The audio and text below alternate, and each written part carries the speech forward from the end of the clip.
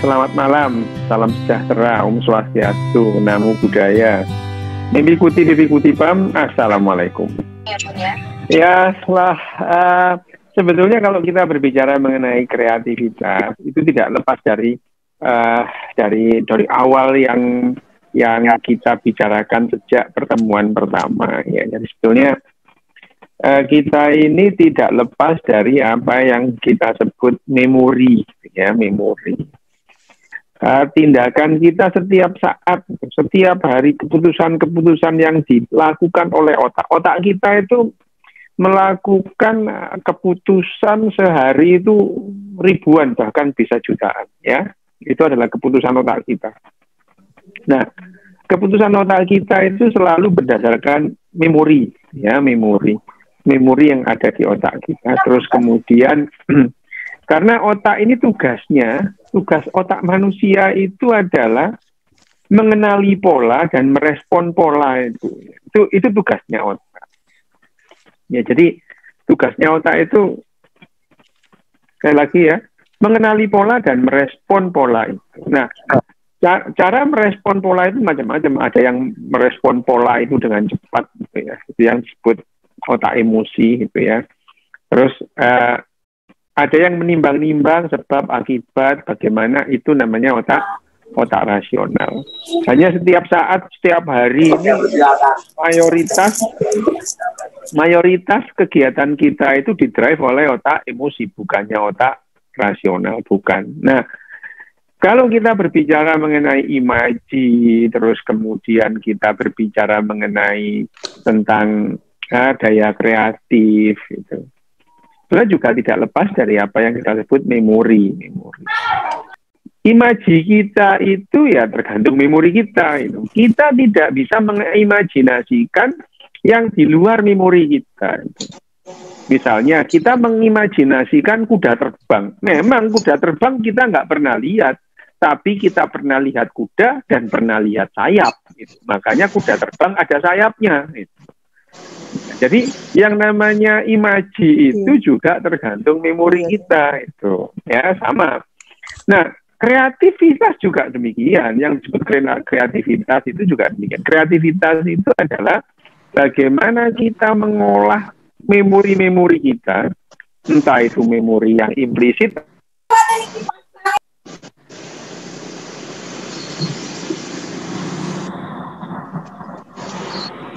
Oke. Jadi entah itu memori implisit dan memori eksplisit, kemudian itu kita rangkai lagi menjadi satu konstruksi baru yang namanya recalling, memanggil kembali, ya, memanggil lagi apa yang masuk dalam memori kita, membuat konstruksi baru. Nah, dari dua pertemuan yang lalu saya sudah menyampaikan bagaimana otak kita itu merekonstruksi yang namanya memori, gitu ya. Memori kita itu setiap saat itu bergeser, gitu ya. Jadi memori kita itu bukan satu gambar utuh, gitu, gambar seperti foto atau seperti film, gitu, tidak, gitu ya. Memori itu disimpan di otak kita itu fraktal, pecah-pecah, itu ya, pecah-pecah itu. Saya dulu mengasih contoh, misalkan saya main saksofon, gitu ya. Pada saat main saksofon itu, ingatan tentang saksofon misalnya, yang kemarin saya mengasih contoh lagu Careless Whisper, gitu ya. Nada-nada atau suara Careless Whisper itu disimpan di korteks auditori, di korteks auditori, korteks pendengaran. Saya melihat saksofon saya, melihat tempat tutnya itu, ingatan itu disimpan di korteks penglihatan di belakang, gitu ya, di bagian otak. Kalau seandainya saya pada saat main itu saya melihat orang lain dan melihat dia mengeluarkan emosinya kelihatan terkesan, gitu, perasaan itu saya simpan di corpus caudatum. Jadi satu lagu itu saya simpan di semua bagian otak saya itu, ya. Ketukan-ketukannya juga beda itu. Nah, pada saat saya mencoba lagi menyanyikan lagu atau memainkan lagu Carlos Whisper itu, saya mencoba mengumpulkan yang pecah-pecah tadi itu menjadi satu, ya, menjadi satu. Maka itu meskipun Kenny G misalnya pemain saksofon yang handal gitu, kalau dia main 2 kali tidak akan pernah persis sama itu. Apakah ini kreatif? Sebetulnya cuma berbeda saja itu ya. Jadi misalkan Kenny G main lagunya Swan Song itu pada saat dia di mana di kasetnya itu begitu main lagi di hall akan berbeda itu. Apakah ini kreatif? Nah, itu dalam seni disebut kreatif itu. Nah, secara neuroscience kreativitas itu hanya kita melakukan recalling memori dengan secara berbeda. Itu saja yang sebetulnya yang disebut sebagai kreatif itu. Karena setiap saat kita mencoba menggali memori kita, yang jadi adalah tidak persis sama dengan memori kita pada saat melihat. Bahkan misalnya, saya sudah memberikan contoh ya, kalau seandainya saya ini ingat-ingat kejadian pada saat saya masuk SMA itu ya. Jadi kalau ditanya waktu masuk SMA ospek ada apa itu, saya mengingat-ingat sekarang ya. Jadi saya mencoba mengingat-ingat apa yang terjadi pada saat hari pertama masuk SMA. Kalau kemudian 1 bulan lagi ditanya dengan pertanyaan yang sama, otak saya tidak kembali pada saat SMA. Otak saya yang 1 bulan yang akan datang itu kembali ke sekarang itu. Jadi otak saya. Dok, kalau yang kejadian ini termasuk yang memori episodik ya dok? Eksplisit ya, episodik? Ya, itu kita menggabungkan semuanya. Apakah itu memori implisit, apakah memori semantik, apakah itu memori episodik. Nah, itu kita jadikan satu. Kalau kita itu menghadapi satu aja masalah, entah itu gangguan memori implisit, entah itu gangguan memori eksplisit, kita akan menemui kendala. Misalnya, gangguan terjadi karena apa dok? Macam-macam. Yang paling sering ya memang yang paling sering gangguannya itu adalah memang dari sononya itu mereka ada orang-orang yang sulit mengungkapkan itu, ada orang-orang yang dari kecil itu dia sulit mengungkapkan memorinya itu. Jadi kalau lali aku gitu. Saya betul-betul lupa itu. Ada yang gitu. Hanya saja gangguan yang bermakna itu kalau sampai menimbulkan gangguan untuk berkomunikasi atau berrelasi, gitu ya. Nah, kembali ke yang namanya yang disebut sebagai daya kreatif itu, ya. Daya kreatif itu tidak lain dan tidak bukan adalah kita mencoba mengungkapkan atau merekonstruksi memori kita dengan cara yang berbeda, gitu aja. Misalnya ini Bu Santi ini mau membuat ukiran itu. Ukiran itu sudah pernah ada itu. Hanya dibentuk beda-beda saja itu dan berevolusi. Ya misalkan batik itu ya. Batik itu kan berevolusi, bukan mendadak jadi batik kawung gitu ya. Enggak, dulunya itu awalnya itu ya mungkin batik itu ya berupa titik-titik terus menghubungkan ya. Pelan-pelan berubah itu perubahannya pelan-pelan sehingga menjadi bentuk yang berbeda. Misalnya di Jogja dengan di Cirebon itu batiknya beda itu.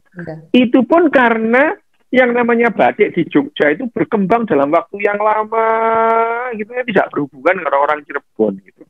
Hanya saja sekarang pada saat komunikasi itu sudah demikian bagusnya itu ada yang namanya batik kontemporer itu dicampur, ya, batik parang dicampur batik kawung, dicampur batik sembarang ya, jadi satu baju yang dulu tidak pernah dilakukan. Apakah ini kreatif?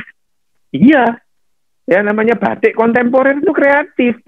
Kalau dulu ya, orang tidak pedaraan, orang rakyat jelata pakai batik parang ya dimarahin sama orang-orang keraton gitu ya. Sekarang bahkan yang namanya batik parang, batik kawung, apalagi itu dicampur. Tuh, Dokter Yu ke-mute, Amin. Amin, Dokter Yu ke-mute. Iya, ke-mute aku juga. Soalnya orang-orang lain suaranya masuk, ya. Jadi akhirnya sekarang itu yang dulu menjadi pakem batik itu hilang gitu ya. Jadi batik kawung, batik parang, Wahyu Tumurun jadi satu dalam hem gitu ya. Dan orang nggak ngerti itu batik apa, pokoknya bagus gitu. Nah, ini kan sebetulnya bagaimana pembatik itu memanggil memori-memorinya dengan cara yang berbeda. Dulu misalkan, dulu nggak mungkin itu orang batik sewek dicampur batik parang sama batik kawung malah nggak payu itu. Ya. Kalau sekarang kan tuntutan zaman itu berbeda, makin aneh itu makin dibeli. Nah, sebetulnya tapi polanya itu sudah ada, batik kawung itu begini, batik parang itu begini, dijadikan satu dalam sebuah karya yang berbeda. Jadi secara neuroscience yang namanya kreativitas itu adalah bagaimana kita mengungkapkan memori kita secara berbeda.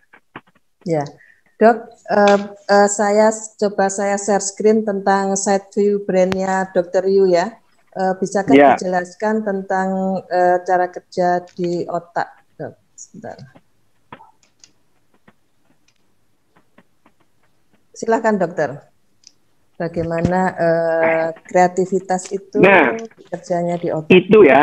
Itu di depan itu ada prefrontal cortex. Prefrontal cortex itu pada saat kita menimbang-nimbang apa yang terjadi kalau saya melakukan ini, itu menimbang-nimbang gitu ya.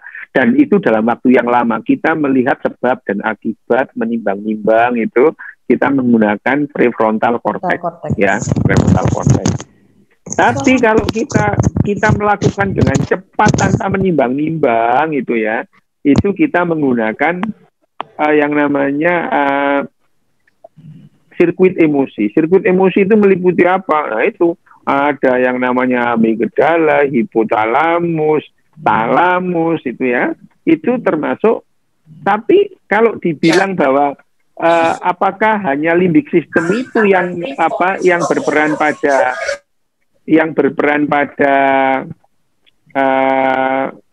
otak emosi, bukan itu ya. Otak ada yang namanya limbik kortek itu ada. Jadi ada kortek limbik itu ada ya. Nah, limbik sistem itu amigdala, itu hipotalamus, hipokampus itu adalah kita itu sempat kita menyimpan memori-memori episodik gitu ya. Itu adalah di emosi, itu limbik sistem di emosi. Apa itu? Itu menggerakkan kuas ya, menggerakkan pensil, mukul pahat, itu bagaimana kita mukul kenceng atau pelan, itu kita perlu latihan ya, artinya learning curve itu.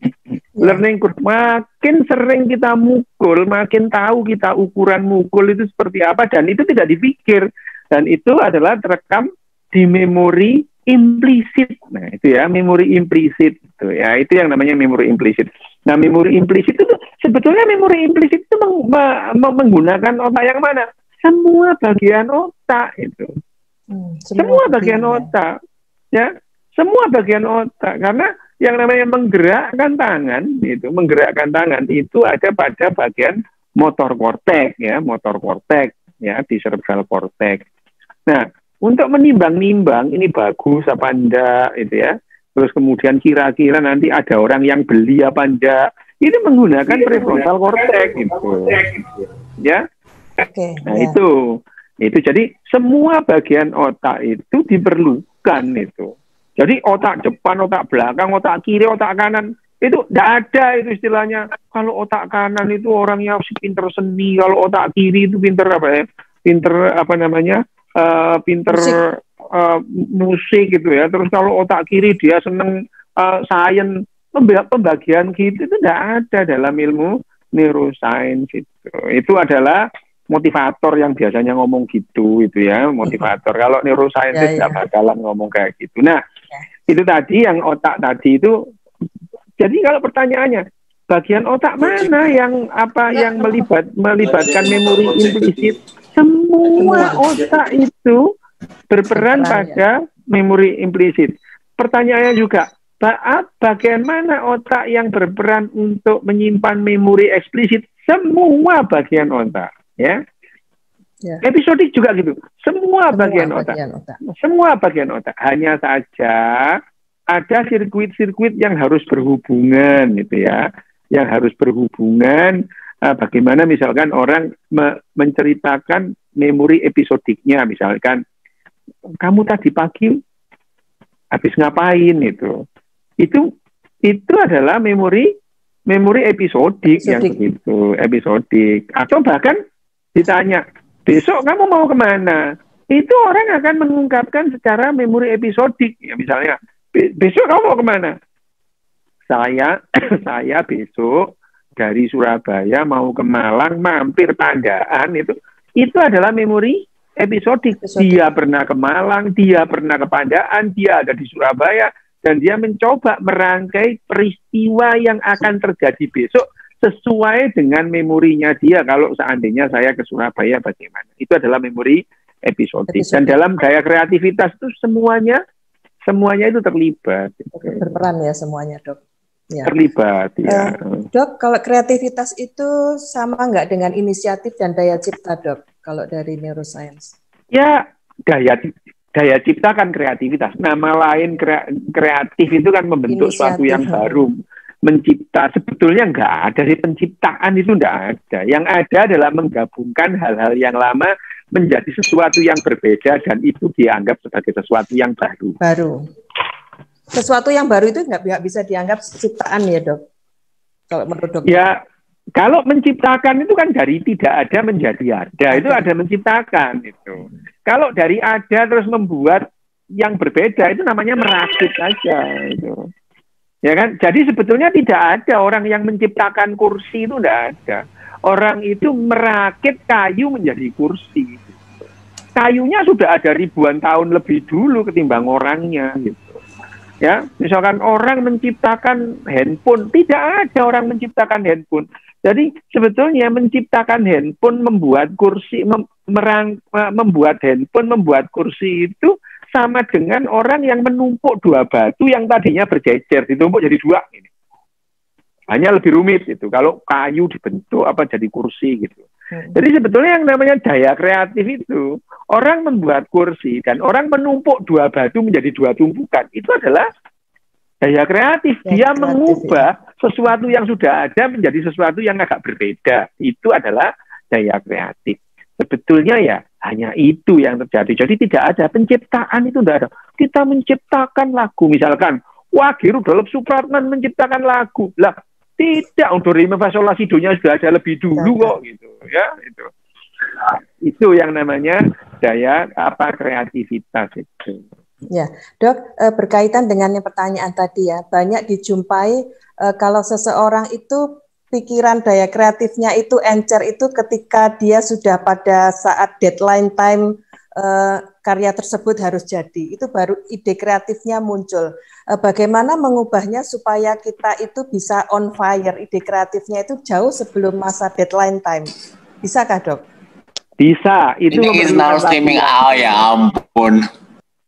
Itu memerlukan latihan itu ya. Itu memerlukan latihan. Kita memerlukan latihan untuk selalu untuk melakukan segala hal itu kita memerlukan latihan. Bahkan yang namanya kreativitas itu ya, itu dilatih itu. Dilatih, kreativitas itu dilatih. Tidak ada orang ujuk-ujuk kreatif itu nggak ada gitu. Ya, misalnya orang mencoba menggunakan pahat dan palu dan hammer ya. Pahat dan hammer itu. Dia itu memerlukan waktu yang lama untuk menentukan kalau ketukan segini itu amblesnya seberapa, itu direkam di otaknya ya. Itu waktu yang lama. Belum itu awalnya. Jadi awalnya itu nggak kepikiran membuat sesuatu yang baru. Mau nutuk aja angel sih gitu ya itu. Yang lain-lain sudah bisa, kok nggak bisa misalnya ya. Nah, tentang misalkan the power of kepepet tadi itu ya. The power of kepepet itu karena dibiasakan seperti itu. Dibiasakan. Ada sih orang yang tidak membiasakan. Misalnya ini saya justru kalau misalkan mau ujian 2 minggu sebelum ujian saya nggak pegang buku sama sekali, udah gitu. Nggak mau gitu ya. 2 minggu sebelum ujian saya nggak pegang buku ya, nonton lah, ngapain lah gitu dulu ya itu. Nah itu ya maksudnya buku pelajaran. Jadi ya kalau baca komik, Kopinggo ya baca itu ya, tapi bukan buku pelajaran yang mau ujian itu. Nah itu adalah latihan, sama dengan orang itu kalau mau nyusun skripsi itu begitu apa namanya mepet-mepet kok cepet jadi. Kemarin kemana aja itu karena kebiasaan, harus dilatih bahwa kalau ada tugas ya besok dikumpulin, ya sekarang dikerjain itu ya, sekarang dikasih tugas besok dikerjakan. Itu ada orang yang kebiasaan seperti itu hanya masalah kebiasaan ya, jadi itu bukan sesuatu yang istimewa, bukan, hanya berbeda saja ya. Kalau di lingkungan kerja Dok, komunitas, apakah bisa kita membuat atau mengkonstruksi atau menciptakan budaya kreatif? Oh iya, gini ya sebetulnya, by the way Baswe ya, sebetulnya kita ini ya, misalkan dalam segala hal itu ya, contoh ini ya, ini saya sengaja ini apa namanya, background gambar saya ini gambar saraf ini ya, gambar sel saraf yang berhubungan dengan sel saraf yang lain, namanya sinap gitu ya, ketemu ujung saraf dengan ujung saraf. Bayangin, untuk gambar ini memerlukan pengetahuan manusia selama ribuan tahun. Sehingga ada orang yang bisa gambar seperti ini, meskipun dia bukan ahli biologi atau ahli neurologi atau ahli saraf, dia gambar seperti ini. Tapi gambar seperti ini itu memerlukan hasil kerjasama atau kerja pengetahuan kolektif banyak orang, ratusan tahun bahkan ribuan tahun. Nah itu tadi yang namanya, makin banyak kita berhubungan dengan orang, seharusnya daya kreatif kita makin tinggi. Kenapa? Loh, kita itu bertukar meme namanya ya, bertukar konsep setiap saat itu. Setiap saat itu kita bertukar konsep itu. Selalu betul banget. Kita berbicara itu bertukar konsep. Hanya lirik-lirikan itu sudah bertukar konsep itu ya. Apalagi WhatsApp-WhatsAppan malam-malam itu bertukar konsep sebetulnya itu. Jadi sebetulnya hubungan antara satu individu dengan individu lain, apalagi dalam jumlah yang banyak itu sedikit atau banyak akan bertukar informasi. Dan tukar informasi itu memberikan input memori baru. Memori baru. Dan kalau memori itu direkol lagi akan menjadi sebuah kreativitas tadi. Itu yang namanya memori ya. Memori itu ada memori yang sulit hilang gitu ya. Memori yang sulit. Memori yang banyak, yang hilang itu banyak. Dan itu membuat orang itu berbahagia. Jadi salah satu syarat bahagia, salah satu faktor kebahagiaan itu adalah seberapa mudah dia itu melupakan banyak hal, ya. Itu orang kalau banyak gampang lupa itu gampang bahagia itu. Kalau nggak bisa lupa, wah itu susah bahagia. Utang inget terus itu, yang lupa utang itu bahagia.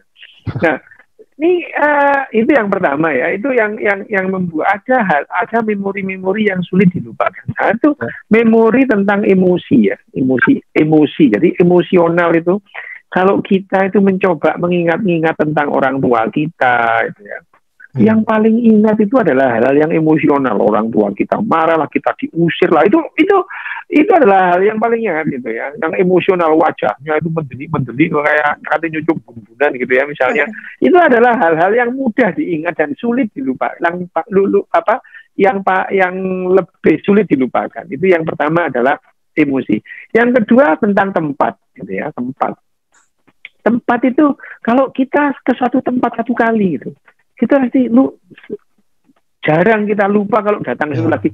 Wah, aku pernah datang ke sini tuh lupa. Nah, ada lagi itu yang sulit dilupakan, itu yang disampaikan oleh Arema ini tadi ya, dia membuat narasi yang panjang itu ya, itu membuat dia tidak akan lupa tentang apa-apa yang dia pegang gitu. Jadi dia menceritakan ya, dia nanti kalau ya ini ya Arema 1 ini kalau dia menjelaskan, dia akan menjelaskan dengan sama persis narasinya dia. Beda-beda dikit ya, kalau beda dikitnya itu kalau pada saat dia menemukan hal baru, diinjek di situ hal baru. Jadi, nah kekuatan di Prabu Dasamuka ini, Prabu siapa sih jenengmu?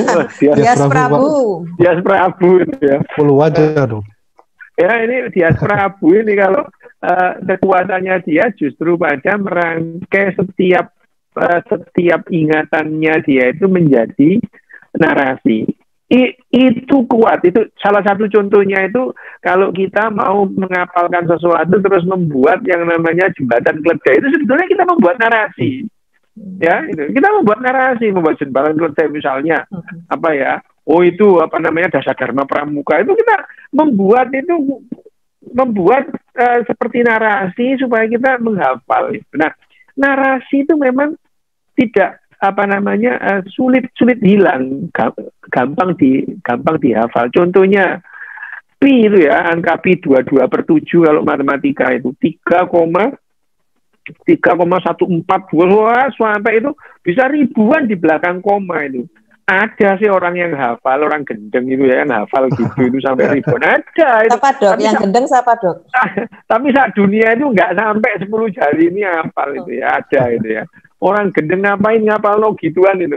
Tapi kalau misalkan skrip atau naskah, katakanlah Romeo and Juliet itu, banyak orang yang hafal itu meskipun puluhan ribu huruf itu ya. Jadi kalau disusun menjadi narasi itu sulit dilupakan. Seperti tadi itu ya, kekuatannya si Dias Prabu Dasamuka ini itu ya. Ya, saya itu dari tadi itu memandang Dias itu dia menampilkan banyak wajah, makanya Dasamuka ya, menampilkan banyak wajah. Ya benar, pada saat dia mencoba dia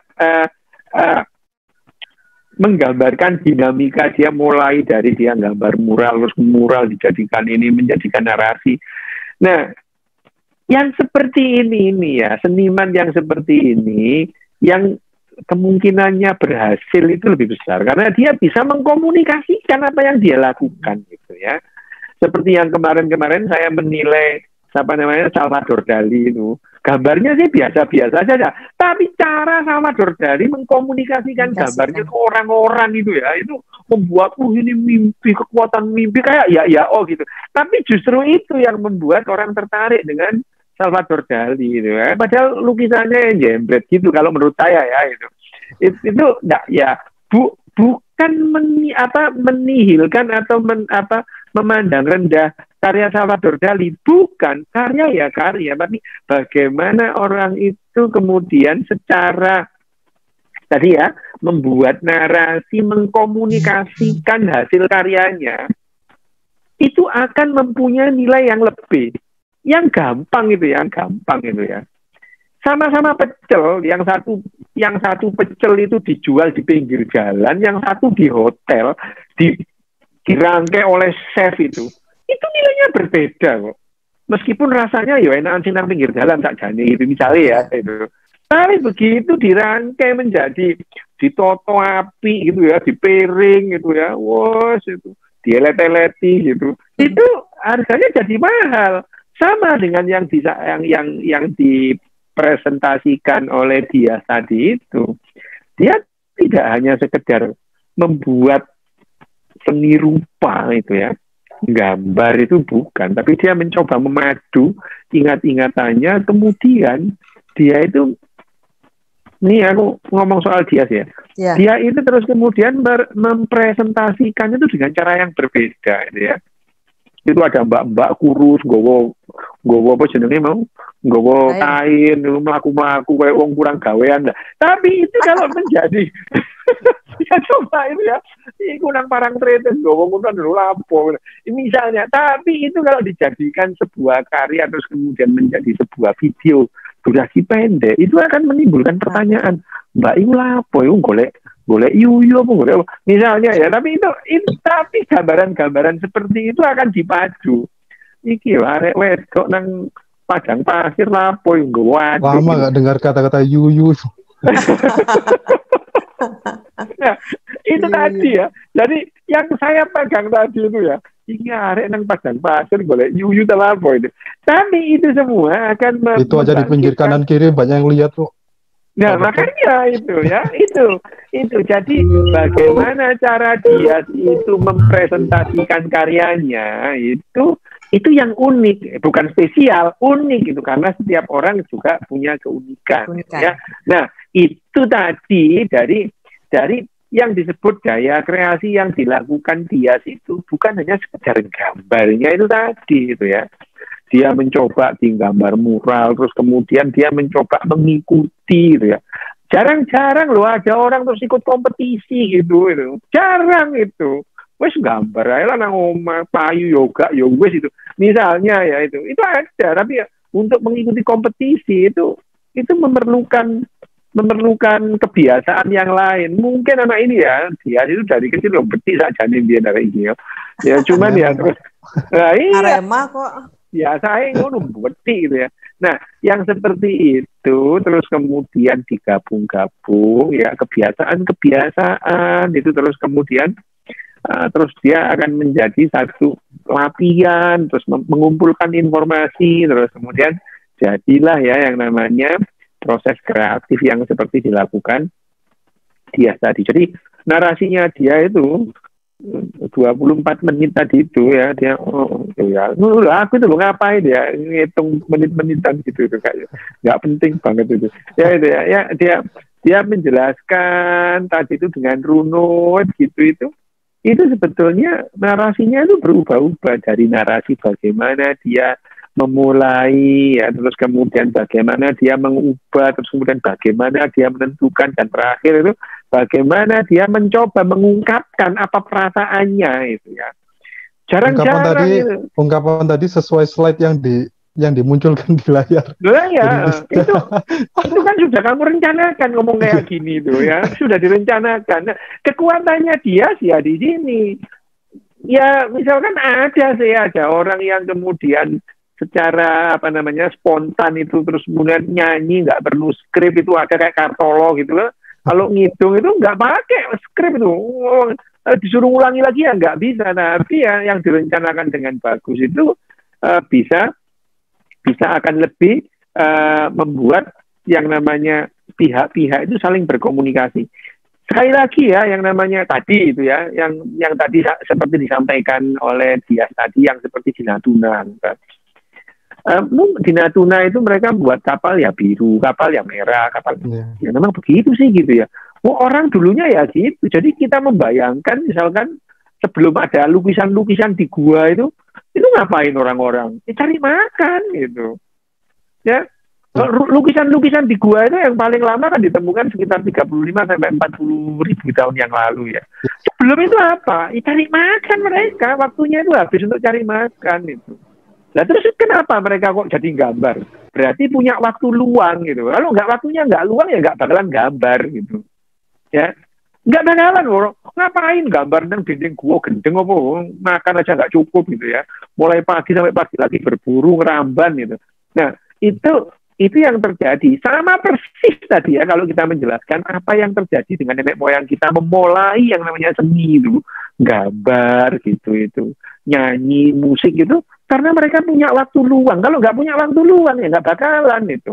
Nah sementara Dias itu melihat ada waktu luang yang tidak digunakan di sana yaitu di mana di Natuna itu bukan oleh pelautnya ya nggak bakalan musik kapal itu nggak bakalan itu ya dan itu nggak penting banget bagi yang namanya pelaut itu kapalnya gambar mentok apa gambar banyak nggak penting, yang penting dia berangkat pulang bawa uang gitu ya bawa tangkapan.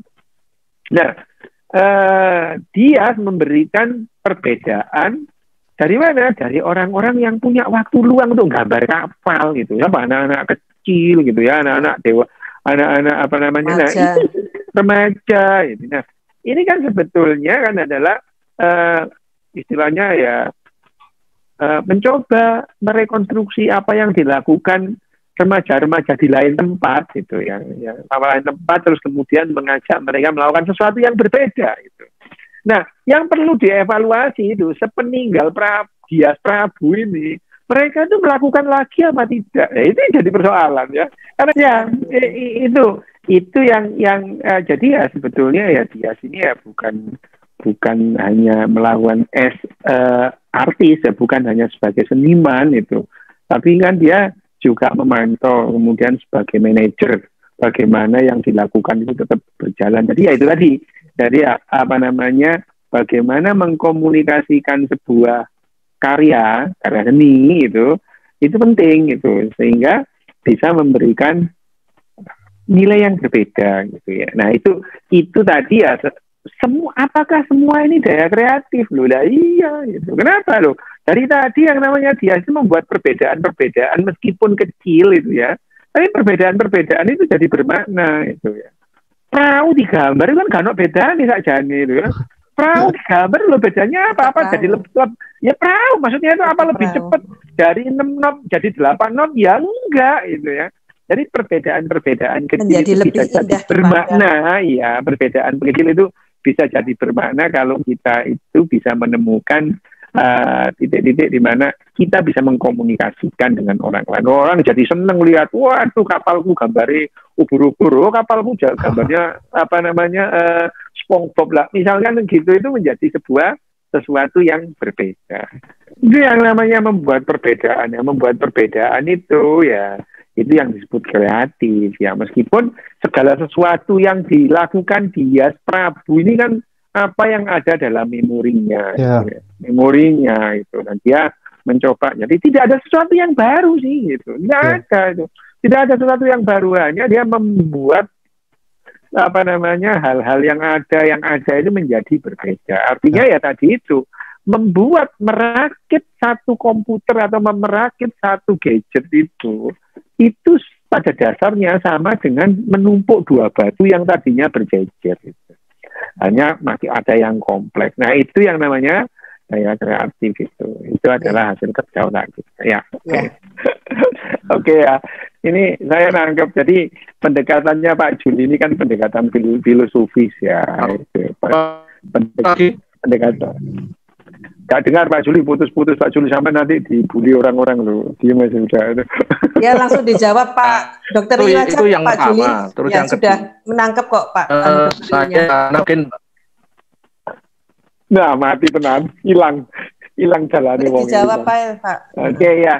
Jadi yang ditanyakan Pak Juli tadi itu pendekatan filosofis, bagaimana kita mengklasifikasi bagaimana kecenderungan seseorang itu untuk melakukan daya kreatifnya. Nah, sebetulnya kita mengklasifikasikan, mengkelompok-kelompokkan orang itu adalah jebakan Batman-nya. Tidak ada orang yang sama. Ada 1 juta orang, ya ada 1 juta jenis. Tidak bisa dibagi menjadi 3 gitu ya. Ya, jadi kalau kita melihat neuroscience, ada 100 orang, ya ada 100 jenis itu. Tidak bisa 7,8 miliar orang itu dibagi dalam 3 jenis seperti yang dikatakan Pak Juli tadi gitu ya. Itu namanya super simplifikasi gitu ya. Dalam neuroscience tidak mengenal bahwa yang namanya hasil kerja otak itu dikelompokkan. Ini tipenya orang ini itu adalah pendekatan filosofi seperti dulu ini. Ini ada orang sanguinis, melankolis, itu adalah mengelompokkan orang. Masa orang sifatnya cuma 4 gitu. Ada lagi yang itu, oh kamu Gemini ya, Gemini memang begitulah. Orang masa sifatnya cuma 12 itu. Kamu mesti sio macan, kenapa? Kayak macan gitu. Ya itu kan simplifikasi, mengkelompokkan orang itu dalam kelompok-kelompok kecil yang gampang dititeni saja gitu. Meskipun itu salah semua. Dalam pandangan neuroscience itu, ya itu tadi, kreativitas setiap orang unik gitu ya. Tidak bisa dikelompokkan itu. Misalkan itu tadi ya, kita kembali ke yang dilakukan oleh Dias tadi itu. Tidak akan ada orang yang sama persis sama dia itu ya. Mungkin hebatnya sama, tapi tidak sama persis gitu ya. Tidak sama persis. Makanya setiap individu itu unik. hasil kerja otak tiap individu itu unik. Kreativitas, rigid atau tidak itu berbeda. Mengenai pendidikan, apakah pendidikan itu berpengaruh? Loh iya itu. Cobalah dia sini nggak ikut pendidikan, yang nggak bisa itu ya. Jenis pendidikan itu berpengaruh terhadap kreativitas seseorang. Iya betul itu ya. Itu absolutely gitu ya. Tapi pengaruhnya itu akan berbeda ya. Misalkan dia itu satu kelas berapa, yang kayak dia berapa. Yang mirip-mirip beda itu. Jadi ya ada yang sama itu ya. Ada yang sama.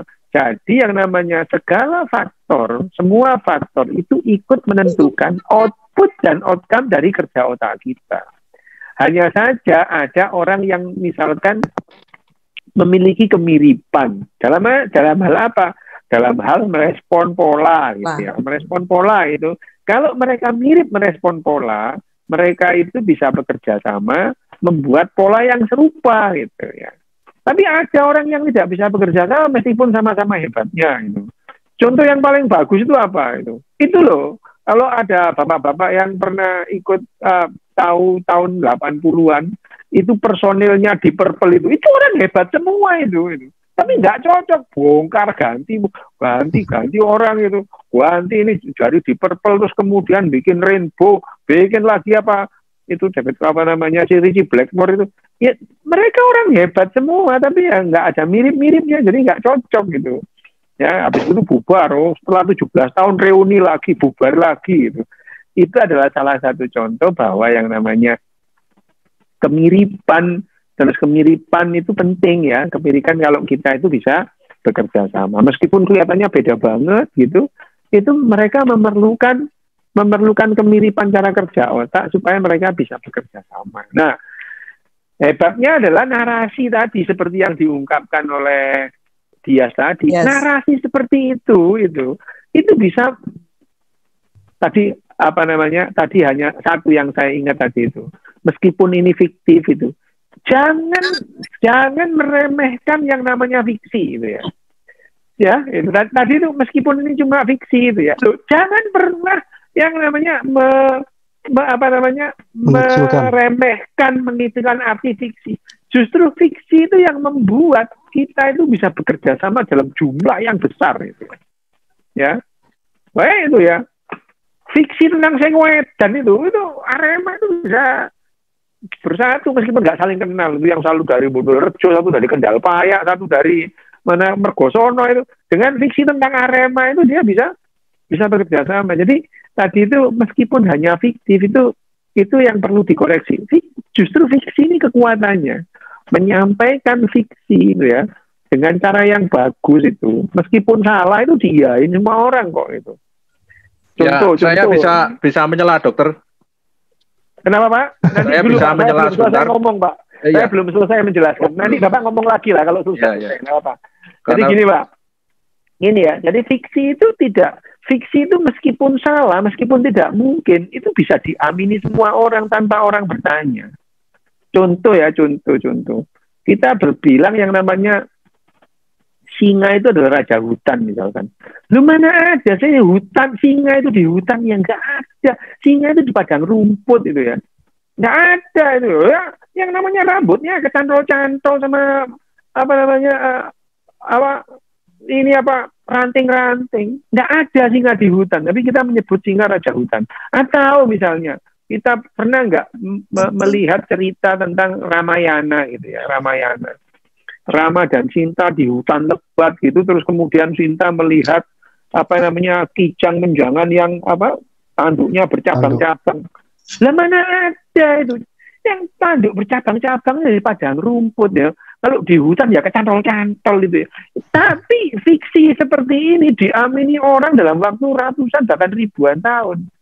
Jadi ya yang tadi disampaikan oleh Dias tadi, meskipun ini fiksi, justru kekuatannya di situ. Jadi merangkai ya namanya membuat narasi yang bagus itu tidak harus secara faktual terjadi sesungguhnya itu ya.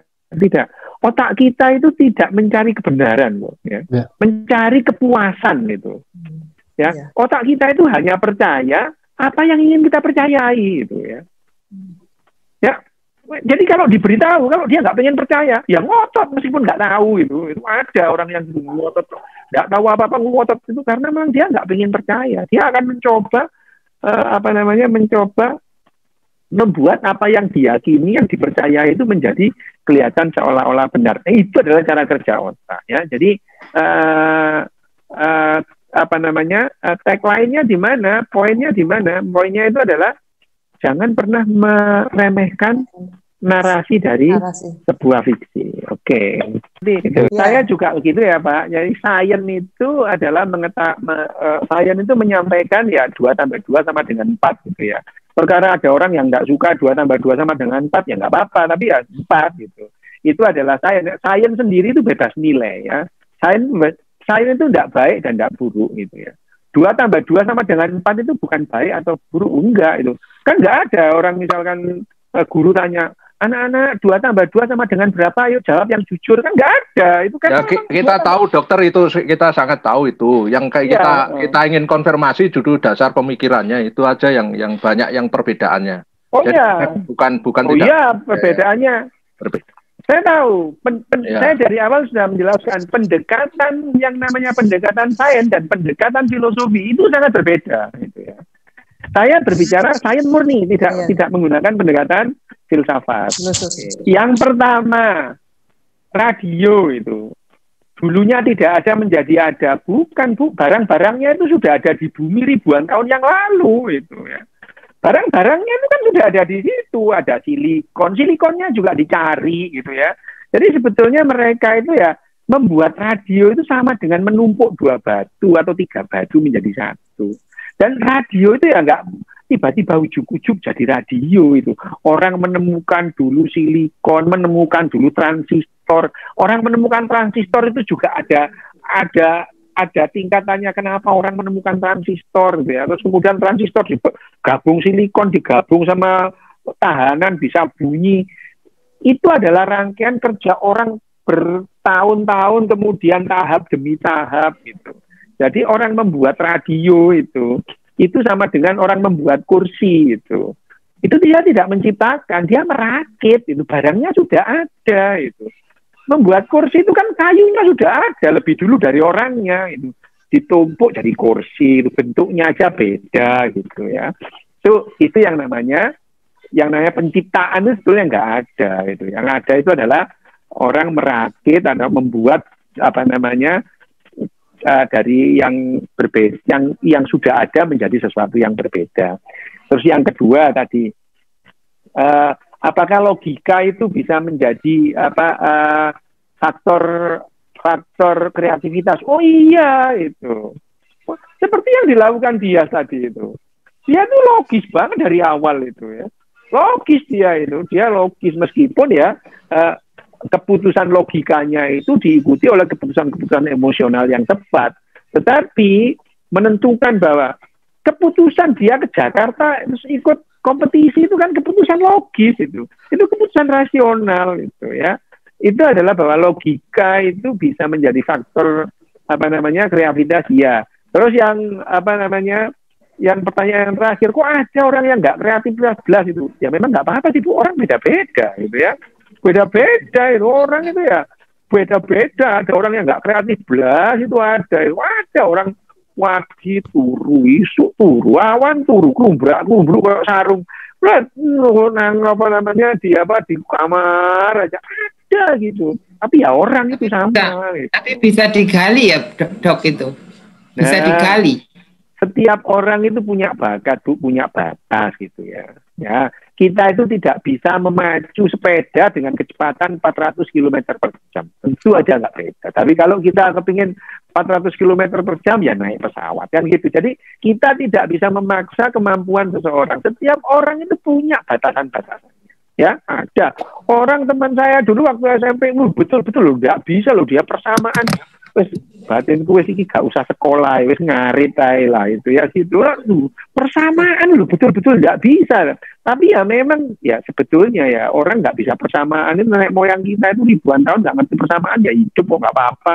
Itu ya. Jadi sebetulnya kita itu kalau memaksa itu mengharapkan seseorang itu mempunyai kemampuan yang di luar kapasitasnya itu ya nggak fair kita. Artinya ya memang sih evaluasi untuk ujian itu ya memang ada, tapi itu kan tidak berarti memaksa seseorang itu harus melampaui apa-apa yang di luar batas. Itu ya Bu ya? Enggak. Setiap orang itu beda-beda. Ada yang betul-betul itu dia itu harus dipepet, dijepit gitu ya, dipres itu dia muncul kreativitasnya itu ya, seperti the power of kepepet itu kan salah sebenarnya itu kan pada orang dengan pressing yang tinggi terus kemudian dia kreativitasnya muncul. Itu ada juga orang yang harus santai, itu ada. Itu di negara-negara barat itu ada orang kreatif itu betul-betul disuruh santai itu. 3 bulan nggak nemukan juga nggak apa-apa, tapi ada batas waktunya. Iya kayak gitu Dok. Nah, ada orang beda-beda Jess gitu. Ada orang yang dipres itu ya, wah harus gitu ya. Dan yang namanya kreativitas orang itu ya nggak perlu harus menciptakan ide yang sama sekali aneh gitu ya, nggak perlu gitu ya. Misalnya kreativitasnya orang yang bekerja di pabrik Batako PT Express Gembol misalnya, itu kan beda yang diperlukan kreativitasnya itu ya. Kamu ngerti nggak PT Express Gembol? Mesti nggak ngerti itu. Itu loh, dulu ada film cerita Unyil itu, ada Pak Oga itu direktur pabrik Batako PT Express Gembol. Itu ya kreativitas ya. Apa? Eleng aja aku selalu. Ya. Nah, itu yang namanya kreativitas yang diperlukan oleh misalnya pegawai atau pekerja di pabrik Batako. Itu tentu akan berbeda dengan misalkan kreativitas yang diperlukan di misalnya orang yang mau membuat gadget-gadget baru dengan desain-desain, tentu akan berbeda gitu ya. Tapi tetap saja itu tetap namanya kreativitas. Jadi gimana ya? Sebetulnya kalau misalkan kreativitas seperti itu ya, kalau kita apakah bayi itu sejak lahir itu mempunyai kreativitas itu? Ya kreativitasnya iya, kreativitasnya tentu ada, dan kreativitas itu dibangun dalam yang namanya memori implisit ya, bukan memori eksplisit. Contoh. Misalkan rata-rata orang itu ingat pertama kali umur berapa sih? 3 tahun. Rata-rata memang 38 bulan. Rata-rata ya. Rata-rata itu 30, ada yang 4 tahun belum ingat. Nah, jadi di bawah umur 3 tahun itu betul-betul didrive oleh emosi. Nggak sadar kok. Nggak ingat, nggak punya perasaan ada. Itu nggak punya. Gitu. Jadi bayi terus anak umur 1 tahun, umur 2 tahun itu dia belum merasa dirinya ada. Gitu. Ya, belum merasa dirinya ada. Lah, kalau gitu kok bisa dia kreatif? Lah sama, gadget ini tidak merasa dirinya ada, ya kreatif dia itu. Kreatif dia menggabungkan beberapa hal menjadi hal yang berbeda, itu kreatif. Jadi sebetulnya kreativitas itu mulai dari anak kecil bisa sudah kreatif itu. Misalnya dia nyanyi, ada loh anak kecil yang nyanyinya itu terus kemudian dia dipleset-plesetin, banyak itu. Banyak itu. Dipleset-plesetin, dia ada lagu itu terus kemudian diplesetin. Ya ada itu, umur 1 tahun nyanyi misalkan, nyanyinya gini ya. Tampuang nan Jawa di matu, ku potong sama panjang. Jadi dia menggabungkan 2 lagu ini sudah kreatif sebetulnya itu ya. Ya, itu adalah banyak anak kecil yang nyanyi terus dipleset-plesetin kayak gini. Ini namanya kreatif meskipun dia belum merasa dirinya ada. Jadi daya kreatif itu tidak selalu yang bersangkutan itu harus merasa ada itu. Contoh ya, binatang kan tidak merasa dirinya ada, tapi dia bisa membuat sarang gitu. Kreatif dia bisa membuat sesuatu yang dari tadinya nyusu itu ya, susuan itu, dia ngambil ranting-ranting dibuat menjadi susuan itu. Kreatif itu ya.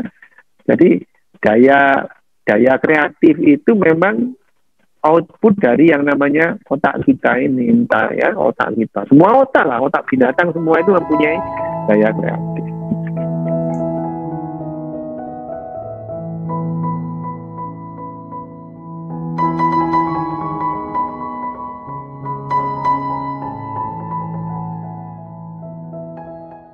Buku Sapiens bagian 18 Sebuah Revolusi Permanen. Karya Yuval Noah Harari. Dinarasikan ulang oleh Jendela Ilmu. Revolusi industri membuka cara-cara baru untuk mengonversi energi dan menghasilkan barang, terutama dalam membebaskan manusia dari ketergantungannya pada ekosistem di sekitarnya.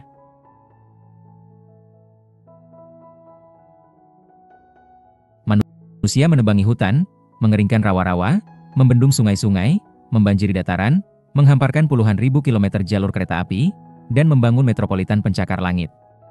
Saat dunia dicetak agar sesuai dengan kebutuhan Homo sapiens, habitat-habitat dirusak dan spesies-spesies pun punah.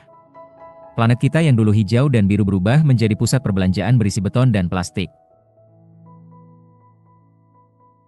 Kini kontinen-kontinen bumi dihuni hampir 7 miliar sapiens. Jika Anda mengambil semua orang ini dan menempatkannya pada seperangkat timbangan besar, maka berat gabungan mereka akan menjadi sekitar 300 juta ton.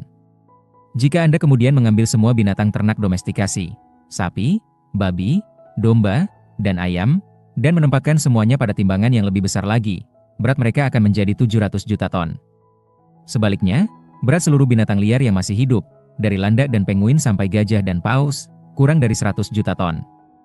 Buku-buku anak-anak kita, ikonografi dan layar-layar televisi kita masih penuh dengan jerapah, rubah, dan simpanse, tetapi di alam realnya tinggal tersisa sangat sedikit.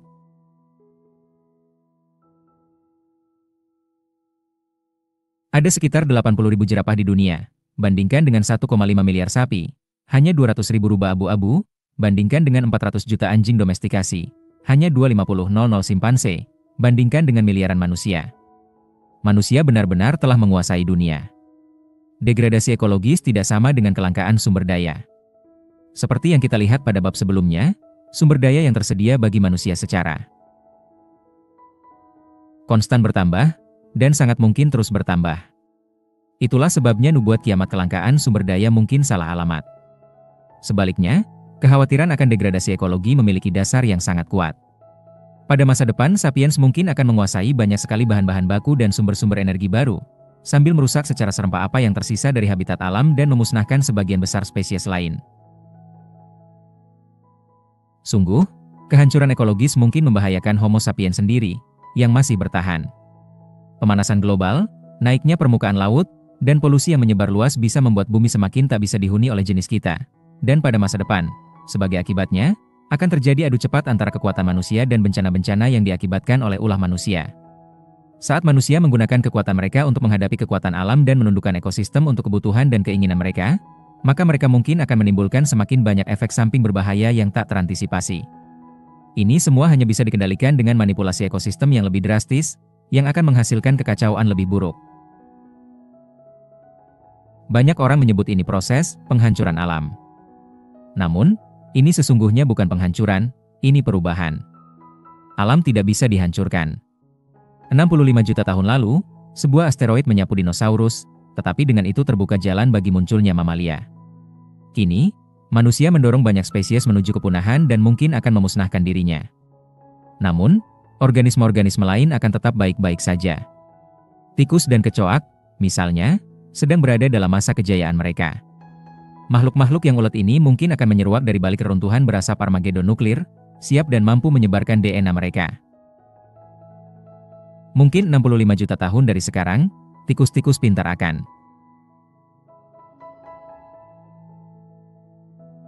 melihat ke belakang berterima kasih pada penempaan oleh manusia, seperti kini kita berterima kasih pada asteroid pembasmi dinosaurus.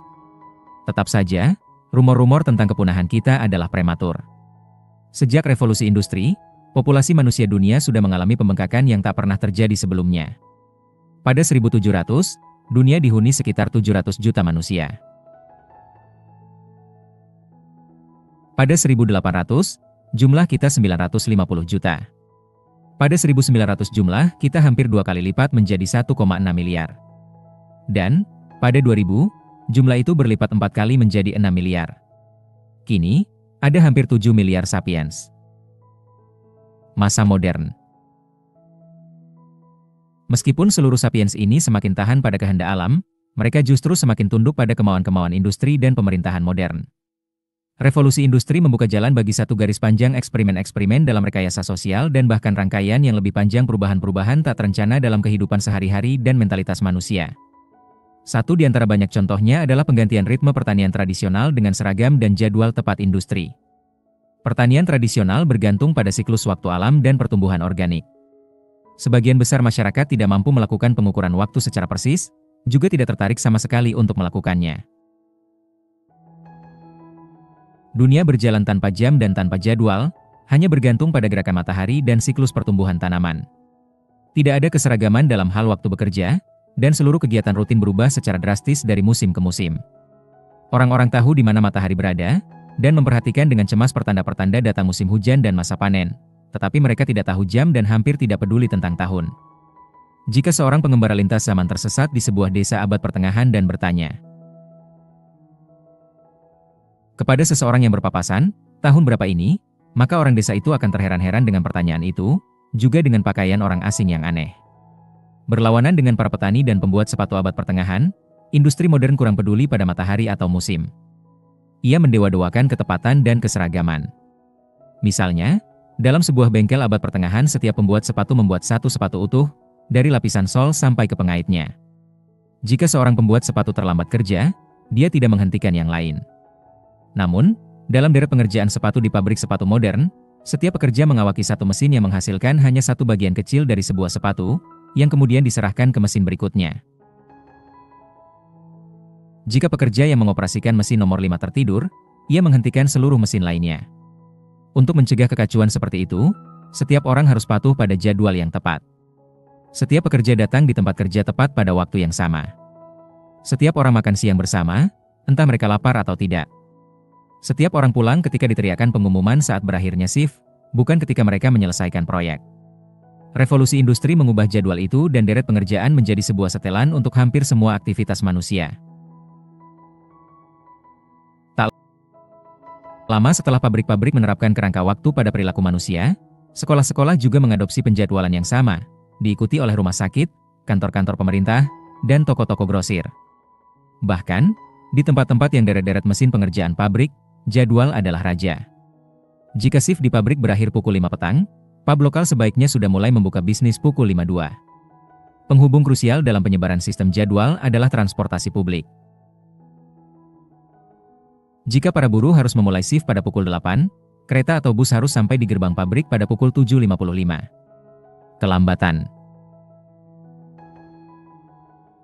Beberapa menit akan menurunkan produksi dan mungkin bahkan menyebabkan pemutusan hubungan kerja bagi para buruh yang terlambat datang itu. Pada 1784, sebuah layanan angkutan dengan jadwal yang sudah ditetapkan mulai beroperasi di Inggris. Jadwalnya hanya untuk jam keberangkatan saja, bukan kedatangan. Saat itu, setiap kota besar dan kecil di Inggris punya waktu lokalnya masing-masing, yang berbeda dari waktu London hingga setengah jam. Ketika jam menunjukkan pukul 12 di London, mungkin di Liverpool jam menunjukkan pukul 12.20 dan pukul 11.50 di Canterbury. Karena tidak ada telepon, radio, atau televisi, maka tidak ada kereta cepat, siapa yang tahu, dan siapa peduli. Dua layanan kereta api komersial pertama mulai beroperasi antara Liverpool dan Manchester pada 1830. 10 tahun kemudian, jadwal kereta kali pertama dikeluarkan. Kereta-kereta itu jauh lebih cepat ketimbang kereta-kereta lama, jadi perbedaan aneh jam-jam lokal pun menjadi kekacauan yang parah. Pada 1847, perusahaan-perusahaan kereta Inggris berunding dan setuju bahwa semua jadwal kereta api harus dikalibrasi menurut waktu Observatorium Greenwich, bukan menurut waktu lokal Liverpool, Manchester, atau Glasgow. Lalu, bertambah terus institusi yang mengikuti cara perusahaan-perusahaan kereta. Akhirnya, pada 1880, pemerintah Inggris mengambil langkah pertama melegislasi bahwa semua jadwal di Inggris harus mengikuti Greenwich. Untuk kali pertama dalam sejarah, sebuah negara mengadopsi satu waktu nasional dan mewajibkan seluruh populasinya hidup menurut jam artifisial, bukan jam lokal atau menurut siklus terbit terbenamnya matahari. Permulaan yang sederhana ini melahirkan jaringan global jadwal, yang diselaraskan sampai ke bagian terkecil, detik. Ketika media siaran, pertama radio, kemudian televisi, mulai bercokol, mereka memasuki sebuah dunia jadwal dan menjadi pendorong utama dan juru dakwahnya. Di antara hal-hal pertama yang disiarkan stasiun. Radio adalah sinyal, yaitu bunyi yang memungkinkan permukiman-permukiman nun terpencil jauh dan kapal-kapal di laut bisa menyetel jam. Belakangan, stasiun-stasiun radio mengadopsi kebiasaan penyiaran berita setiap jam. Kini, item pertama setiap siaran berita, bahkan lebih penting ketimbang meletusnya perang, adalah waktu. Saat Perang Dunia Kedua, BBC News disiarkan ke Eropa yang diduduki Nazi. Setiap acara berita dimulai dengan siaran langsung Big Band yang mendentangkan jam, suara ajaib kebebasan. Para ahli fisika mumpuni Jerman menemukan satu cara untuk memastikan kondisi cuaca di London berdasarkan perbedaan kecil dalam nada siaran dingdong. Informasi ini menyumbangkan bantuan tak ternilai bagi Luftwaffe. Ketika Dinas Rahasia Inggris mengetahui ini, mereka mengganti siaran langsung dengan seperangkat rekaman dari jam terkenal itu. Dalam rangka menjalankan jaringan jadwal, jam-jam portabel murah tetapi tepat tersedia di mana-mana. Di kota-kota Assyria, Sasanid, atau Inca mungkin sudah ada jam matahari. Di kota-kota Eropa abad pertengahan, biasanya ada satu jam tunggal, mesin raksasa yang bercokol di puncak sebuah menara di alun-alun kota. Jam-jam menara ini sangat tidak akurat, tetapi karena tidak ada jam lain di kota itu yang bertentangan dengannya, jadi tidak ada bedanya. Kini, satu keluarga tunggal yang makmur biasanya punya lebih banyak jam di rumah ketimbang satu negara pada era abad pertengahan. Anda bisa menyebutkan jam dengan melihat jam tangan, melirik Android Anda, menatap jam alarm di samping tempat tidur, melihat jam dinding dapur, melihat microwave dari pesawat TV atau DVD, atau melihat sudut layar monitor komputer. Malah, Anda mungkin perlu bersusah payah untuk tidak mau tahu pukul berapa sekarang. Biasanya orang melihat jam beberapa kali sehari karena hampir semua hal yang kita lakukan harus dilakukan tepat waktu. Sebuah jam alarm membangunkan kita pukul 7.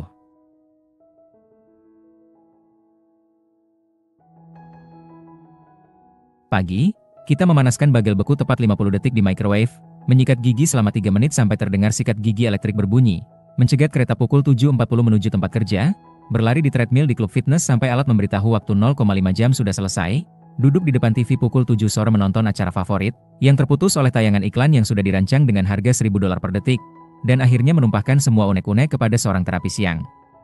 Membatasi ocehan kita dengan standar layanan terapi 50 menit. Revolusi industri membawa puluhan kehebohan besar dalam masyarakat manusia. Beradaptasi dengan waktu industrial hanyalah salah satu di antaranya. Contoh-contoh lain yang terkenal adalah urbanisasi, hilangnya kaum tani, bangkitnya proletariat industri, pemberdayaan orang biasa, demokratisasi, budaya anak muda, dan disintegrasi patriarki. Akan tetapi, semua kehebohan ini tak ada apa-apanya dibandingkan dengan revolusi sosial paling monumental yang pernah menimpa manusia. Runtuhnya keluarga dan komunitas lokal yang digantikan oleh negara dan pasar. Sepanjang yang bisa kita ketahui, dari masa-masa paling awal, lebih dari 1 juta tahun lalu, manusia hidup dalam komunitas-komunitas kecil yang intim, sebagian besar anggotanya berkerabat. Revolusi kognitif dan revolusi agrikultur tidak mengubah itu. Keduanya mengeratkan keluarga dan masyarakat untuk menciptakan suku-suku, kota-kota, kerajaan-kerajaan, dan imperium-imperium, tetapi keluarga dan komunitas tetap menjadi bata bangunan semua masyarakat manusia. Revolusi industri, di sisi lain, berhasil dalam waktu hanya sekitar 2 abad untuk meruntuhkan bata-bata bangunan ini menjadi atom-atom. Sebagian besar fungsi-fungsi tradisional keluarga dan masyarakat diserahkan pada negara dan pasar. Runtuhnya keluarga dan masyarakat.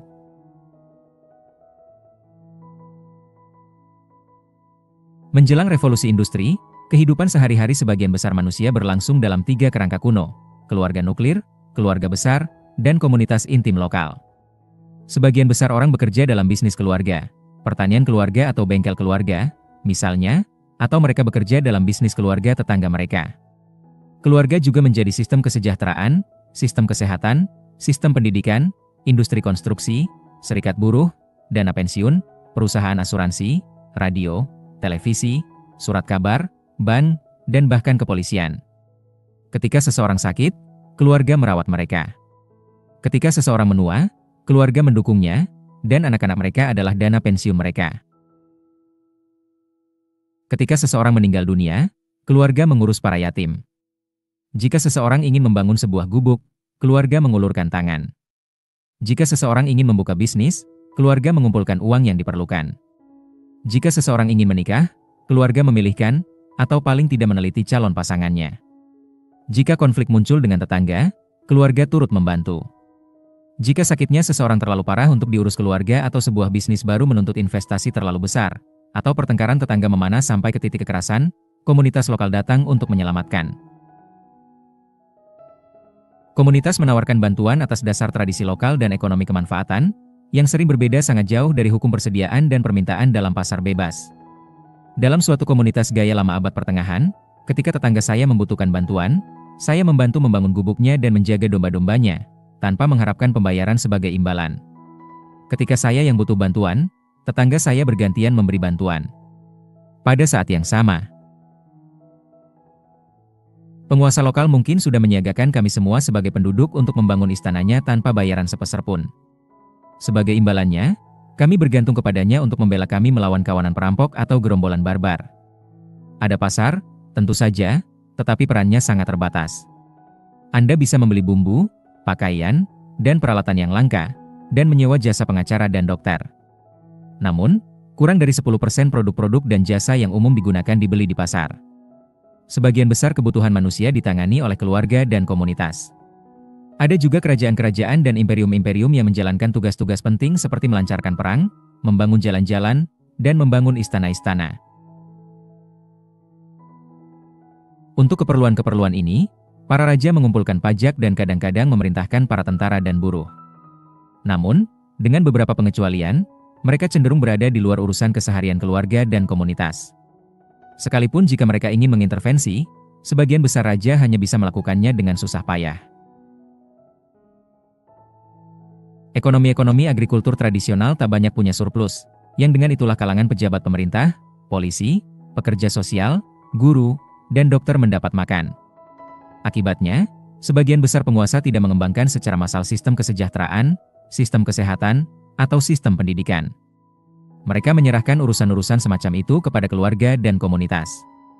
Bahkan, dalam kasus-kasus yang sangat langka ketika penguasa berusaha mengintervensi lebih jauh urusan kehidupan sehari-hari petani, seperti yang terjadi, misalnya, dalam Imperium Qin di Cina, mereka melakukannya dengan menjadikan para pemimpin keluarga dan sesepuh komunitas menjadi agen-agen pemerintah.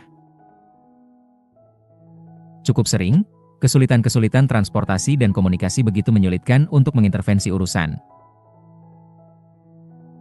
Komunitas-komunitas terpencil sehingga kerajaan lebih suka menyerahkan saja, bahkan untuk hak-hak prerogatif kerajaan yang paling dasar, seperti pajak dan kekerasan, kepada komunitas. Imperium Ottoman, misalnya, membiarkan dendam-dendam keluarga dibalaskan ketimbang mendukung suatu kekuatan polisi kerajaan yang besar.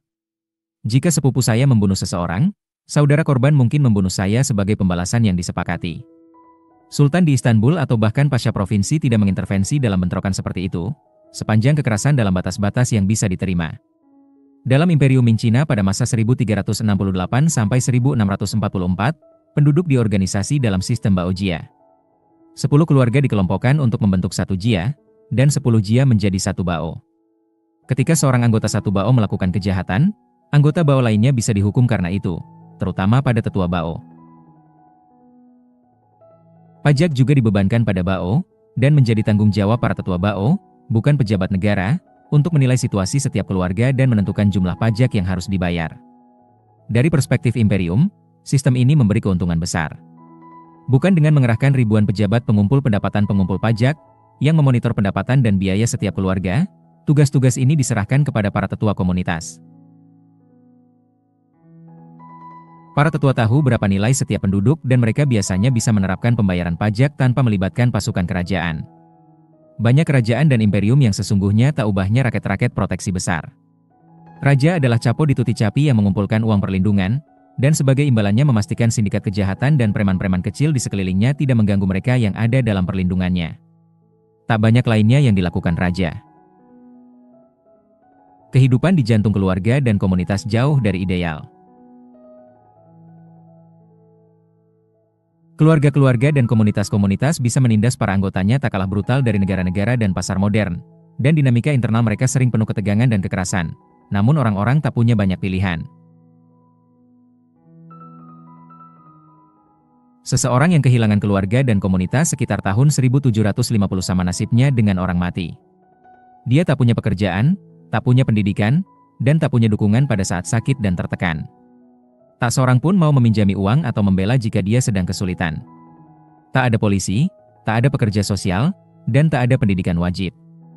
Agar bisa bertahan, orang seperti itu harus cepat menemukan alternatif keluarga atau komunitas. Anak laki-laki dan perempuan yang lari dari rumah, paling banter, bisa berharap menjadi pembantu di keluarga baru. Yang paling buruk, ada angkatan perang atau rumah bordil. Semua ini berubah secara dramatis dalam 2 abad terakhir. Revolusi industri memberi pasar kekuatan baru yang sangat besar, yang diberikan oleh negara dengan sarana komunikasi dan transportasi baru, dan kepada pemerintahan diserahkan suatu pasukan pekerja, guru, polisi, dan pekerja sosial. Pada mulanya pasar dan negara mendapati jalur mereka diadang oleh keluarga-keluarga dan komunitas-komunitas tradisional yang kurang begitu suka dengan intervensi dari luar. Para orang tua dan tetua komunitas enggan membiarkan generasi muda diindoktrinasi oleh sistem pendidikan nasionalis, untuk diwajib militerkan atau dijadikan kaum proletar urban yang tak punya akar. Seiring waktu berlalu, negara dan pasar menggunakan kekuatan mereka yang tumbuh untuk memperlemah ikatan-ikatan tradisional keluarga dan komunitas.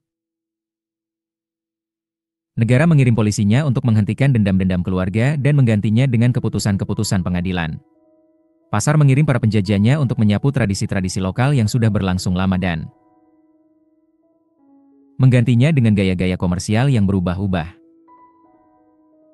Namun, itu tidak cukup. Agar benar-benar meruntuhkan kekuatan keluarga dan komunitas, negara dan pasar membutuhkan bantuan pilar kelima. Negara dan pasar mendekati orang-orang dengan tawaran yang tak bisa ditolak. Menjadi individu-individu, kata mereka. Nikahi siapapun yang kau inginkan, tanpa minta izin dari kedua orang tuamu. Ambil pekerjaan apapun yang cocok denganmu, sekalipun para tetua komunitas merengut. Hidup dengan cara apapun yang kamu inginkan, sekalipun kamu tidak bisa makan malam bersama keluarga setiap pekan. Kamu tidak lagi bergantung pada keluargamu atau komunitasmu. Kamilah, negara dan pasar, yang akan mengurus kamu. Kami akan menyediakan makanan, tempat tinggal, pendidikan, kesehatan, kesejahteraan, dan pekerjaan. Kami akan menyediakan pensiun, asuransi, dan perlindungan. Sastra romantik sering mengetengahkan individu sebagai seseorang yang terjebak dalam perjuangan melawan negara dan pasar. Tak ada yang lebih jauh dari kebenaran. Negara dan pasar adalah ibu dan ayah bagi individu, dan individu bisa bertahan hidup hanya berkat keduanya. Pasar memberi kita pekerjaan, asuransi, dan pensiun. Jika kita ingin mempelajari sebuah profesi, sekolah-sekolah pemerintah siap mengajarimu. Jika kita ingin membuka bisnis, bank meminjami kita uang. Jika kita ingin membangun rumah, perusahaan konstruksi membangunnya dan bank memberi kita surat utang, yang dalam kasus-kasus tertentu disubsidi atau diasuransi oleh negara. Jika kekerasan melanda, polisi melindungi kita. Jika kita sakit selama beberapa hari, jaminan sosial datang membantu. Jika kita membutuhkan bantuan detik demi detik, kita bisa pergi ke pasar dan menyewa seorang perawat, biasanya orang asing dari belahan dunia lain yang mengurusi kita dengan bentuk pengabdian yang tak bisa kita harapkan dari anak-anak kita. Jika kita punya sarananya, kita bisa menghabiskan tahun-tahun emas di rumah warga usia lanjut. Otoritas pajak memperlakukan kita sebagai individu-individu, dan tidak berharap kita membayar pajak tetangga. Pengadilan juga melihat kita sebagai individu, dan tidak pernah menghukum kita atas kejahatan yang dilakukan oleh sepupu kita. Tidak hanya laki-laki dewasa, tetapi juga perempuan dan anak-anak, diakui sebagai individu. Hampir sepanjang sejarah, perempuan sering dipandang sebagai properti keluarga atau komunitas. Negara-negara modern, di sisi lain, memandang perempuan sebagai individu, menikmati hak-hak ekonomi dan hukum yang independen dari keluarga maupun komunitas mereka. Mereka bisa memiliki rekening bank, memutuskan dengan siapa menikah, dan bahkan memilih untuk cerai atau hidup dengan kemampuan sendiri. Akan tetapi, pembebasan individu tentu ada harganya. Banyak di antara kita kini meratapi hilangnya keluarga-keluarga dan komunitas-komunitas yang kuat dan merasa teralienasi serta terancam oleh kekuasaan negara yang impersonal, dan pasar mengendalikan hidup kita. Negara dan pasar yang berisi individu-individu teralienasi bisa mengintervensi kehidupan para anggotanya jauh lebih mudah ketimbang negara dan pasar yang berisi keluarga-keluarga serta komunitas-komunitas yang kuat. Ketika para tetangga dalam sebuah bangunan apartemen tinggi menjulang tidak bisa menyepakati bahkan soal berapa yang harus dibayar untuk pesuruh mereka, bagaimana bisa kita berharap mereka melawan negara? Kesepakatan antara negara, pasar, dan individu adalah kesepakatan yang tidak menyenangkan. Negara dan pasar tidak sepakat tentang hak-hak dan kewajiban-kewajiban alamiah mereka, dan individu-individu mengeluh bahwa keduanya menuntut terlalu banyak tetapi memberi terlalu sedikit. Dalam banyak kasus individu-individu dieksploitasi oleh pasar, dan negara. Mempekerjakan tentaranya, pasukan polisinya dan birokrasinya untuk menuntut individu-individu, bukan membelanya. Namun, luar biasa bahwa kesepakatan ini bekerja, betapapun tidak sempurna. Sebab, hal ini telah menerobos pengaturan-pengaturan sosial manusia yang sudah berjalan dalam generasi-generasi yang tak terhitung jumlahnya. Jutaan tahun evolusi telah mendesain kita untuk hidup dan berpikir sebagai anggota-anggota komunitas. Hanya dalam waktu 2 abad kita sudah menjadi individu-individu teralienasi. Tak ada yang memberi kesaksian lebih baik tentang hebatnya kekuatan kultur. Keluarga nuklir memang tidak lenyap sama sekali dari lanskap modern. Ketika negara dan pasar mengambil sebagian besar peran ekonomi dan politik keluarga, sebagian fungsi-fungsi emosionalnya yang penting tetap dipertahankan. Keluarga modern masih diharuskan menyediakan kebutuhan-kebutuhan intim, yang negara dan pasar, sejauh ini tidak mampu berikan. Namun, bahkan dalam hal ini keluarga semakin menjadi sasaran intervensi. Pasar membentuk pada skala yang lebih besar cara orang melakukan kehidupan romantik dan seksual mereka. Secara tradisional keluarga adalah penentu jodoh utama, kini pasar yang membentuk pilihan-pilihan romantik dan seksual kita, kemudian mengulurkan tangan dengan imbalan ongkos yang sangat mahal. Dulu kedua calon pengantin bertemu dalam ruang tamu keluarga, dan uang berpindah tangan dari seorang ayah ke ayah yang lain. Kini pelaminan berada di bar dan kafe, dan uang berpindah dari tangan pengantin ke para pembantu. Bahkan, semakin banyak uang yang ditransfer ke rekening ban milik perancang busana, manajer pusat kebugaran, ahli diet, ahli kosmetik, dan dokter operasi plastik, yang membantu kita datang ke kafe agar bisa tampil semirip mungkin dengan kecantikan ideal ala pasar. Negara juga mengawasi lebih ketat hubungan-hubungan keluarga, terutama antara orang tua dan anak-anak. Orang tua diwajibkan mengirim anak mereka untuk dididik oleh negara. Orang tua yang sangat kejam atau kasar kepada anak-anak mereka bisa dicegah oleh negara. Jika diperlukan, negara bahkan bisa memenjarakan orang tua atau memindahkan hak perwalian anak-anak mereka kepada keluarga kerabatnya. Belum terlalu lama, pandangan bahwa negara harus mencegah orang tua memukuli atau mempermalukan anak mereka ditolak sebagai sesuatu yang menggelikan dan tak akan bisa berjalan. Di sebagian besar masyarakat, otoritas keorangtuaan adalah sakral. Penghormatan dan kepatuhan kepada orang tua adalah nilai-nilai yang paling dijunjung tinggi, dan orang tua bisa melakukan hampir semua hal yang mereka inginkan, termasuk membunuh bayi-bayi mereka yang baru lahir, menjual anak ke perbudakan, dan menikahkan putrinya ke laki-laki yang usianya 2 kali usia putri mereka. Kini, otoritas keorangtuaan sudah mundur sepenuhnya. Kaum muda semakin leluasa untuk tidak mematuhi para sesepuh mereka, sementara para orang tua disalahkan atas apapun yang tidak baik yang menimpa anak-anak mereka. Ibu dan ayah sudah siap untuk undur diri di ruang pengadilan Freudian sebagaimana para terdakwa di pengadilan sandiwara Stalinis. Komunitas-komunitas yang diimajinasikan. Sebagaimana keluarga nuklir, komunitas tidak bisa benar-benar hilang dari dunia tanpa penggantian unsur emosional. Pasar dan negara kini menyediakan sebagian besar kebutuhan material yang dulu disediakan oleh komunitas, tetapi pasar juga harus memasok ikatan-ikatan kesukuan. Pasar dan negara juga melakukan itu dengan memperkuat komunitas-komunitas yang diimajinasikan, yang berisi jutaan orang-orang asing, dan yang dibentuk untuk kebutuhan-kebutuhan nasional dan komersial. Sebuah komunitas yang diimajinasikan adalah komunitas orang-orang yang benar-benar tidak saling mengenal, tetapi mereka mengimajinasikan bahwa mereka saling mengenal. Komunitas-komunitas semacam itu bukan sebuah penemuan baru. Kerajaan-kerajaan, imperium-imperium, dan gereja-gereja berfungsi selama beribu-ribu tahun sebagai komunitas-komunitas yang diimajinasikan. Pada era Cina kuno, puluhan juta orang memandang diri sebagai anggota satu keluarga tunggal, dengan kaisar sebagai ayahnya. Pada abad pertengahan, jutaan pengikut Islam membayangkan bahwa mereka semua bersaudara dalam komunitas besar Islam. Namun, sepanjang sejarah, komunitas-komunitas yang diimajinasikan semacam itu memainkan biola sekunder dalam komunitas-komunitas intim beberapa puluh orang yang saling mengenal dengan baik. Komunitas-komunitas intim itu memenuhi kebutuhan-kebutuhan emosional para anggotanya dan menjadi bagian esensial bagi keberlangsungan hidup dan kesejahteraan setiap orang. Dalam 2 abad terakhir, komunitas-komunitas intim telah layu, membiarkan komunitas-komunitas yang diimajinasikan untuk mengisi kevakuman emosional. 2 contoh yang paling penting tentang munculnya komunitas-komunitas yang diimajinasikan seperti itu adalah negara dan suku konsumen. Negara adalah komunitas yang diimajinasikan dari pasar. Keduanya adalah komunitas yang diimajinasikan karena tidak mungkin bagi semua konsumen dalam sebuah pasar atau seluruh rakyat satu negara benar-benar saling mengenal sebagaimana para penduduk kampung saling mengenal pada masa lampau. Tidak ada orang Jerman yang mengenal secara intim 80 juta penduduk lainnya yang menghuni negara Jerman, atau 500 juta konsumen yang menghuni pasar bersama Eropa, yang berevolusi mula-mula menjadi komunitas Eropa dan akhirnya menjadi Uni Eropa. Konsumerisme dan nasionalisme kerja lembur untuk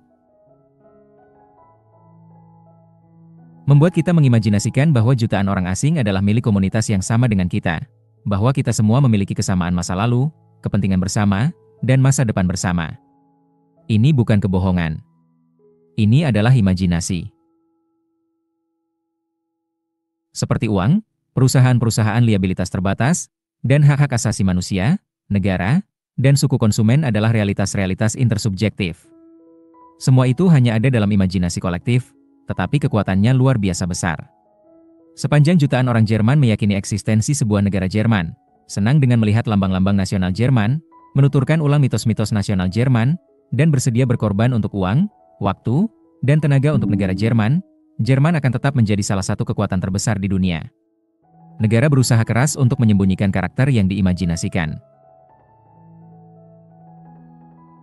Sebagian besar negara memandang bahwa mereka adalah entitas natural dan abadi, yang diciptakan dalam suatu masa primordial melalui penyatuan tanah dan bumi pertiwi dengan darah penduduknya. Namun, klaim-klaim semacam itu biasanya dibesar-besarkan. Negara ada dalam masa lalu yang jauh, tetapi maknanya jauh lebih kecil ketimbang masa kini karena makna negara memang jauh lebih kecil. Seorang penduduk Nuremberg abad pertengahan mungkin merasakan suatu loyalitas pada negara Jerman, tetapi dia merasakan loyalitas yang lebih besar pada keluarga dan komunitasnya, yang mengurus hampir semua kebutuhan dia. Lebih dari itu, apapun makna yang mungkin dimiliki negara masa kuno, sedikit yang bisa bertahan. Sebagian besar negara yang ada sekarang baru berevolusi setelah revolusi industri. Timur Tengah memberi contoh yang berlimpah. Suriah, Lebanon, Yordania, dan Irak adalah produk dari perbatasan-perbatasan serampangan yang digambar dalam pasir oleh para diplomat Prancis dan Inggris, yang mengabaikan sejarah, geografi, dan ekonomi lokal. Para diplomat ini memutuskan pada 1918 bahwa rakyat Kurdistan, Baghdad, dan Basra menjadi rakyat Irak. Prancislah terutama yang memutuskan siapa yang menjadi Suriah dan siapa yang menjadi Lebanon. Saddam Hussein dan Hafez al-Assad berusaha keras untuk mempromosikan dan memperkuat kesadaran kebangsaan yang diciptakan oleh Inggris-Prancis, tetapi pidato-pidato bombastis mereka tentang bayangan negara Irak dan Suriah yang abadi memiliki sebuah kekurangan. Tak perlu dikatakan bahwa negara tidak bisa diciptakan dari udara tipis. Mereka yang bekerja keras untuk mengonstruksi Irak atau Suriah menggunakan bahan-bahan baku real historis, geografis, dan kultural. Sebagian diantaranya sudah berabad-abad dan beribu-ribu tahun usianya. Saddam Hussein mengkooptasi warisan kekhalifahan Abbasiyah dan Imperium Babilonia, bahkan menamai salah satu kesatuan lapis bajanya Divisi Hammurabi. Meskipun demikian, hal itu tidak menjadikan negara Irak sebuah entitas kuno. Jika saya memanggang kue dari terigu, minyak, dan gula, yang semuanya sudah ada di dapur selama 2 tahun terakhir, itu tidak berarti bahwa kue itu sendiri berusia 2 tahun. Dalam beberapa dekade terakhir ini, komunitas-komunitas kebangsaan semakin tertutup oleh suku-suku konsumen yang tidak saling mengenal secara intim, tetapi memiliki kesamaan kebiasaan konsumsi dan kepentingan sehingga menjadi bagian dari suku konsumen yang sama, dan mendefinisikan diri seperti itu. Ini kedengaran sangat aneh, tetapi kita memang dikelilingi oleh contoh-contoh.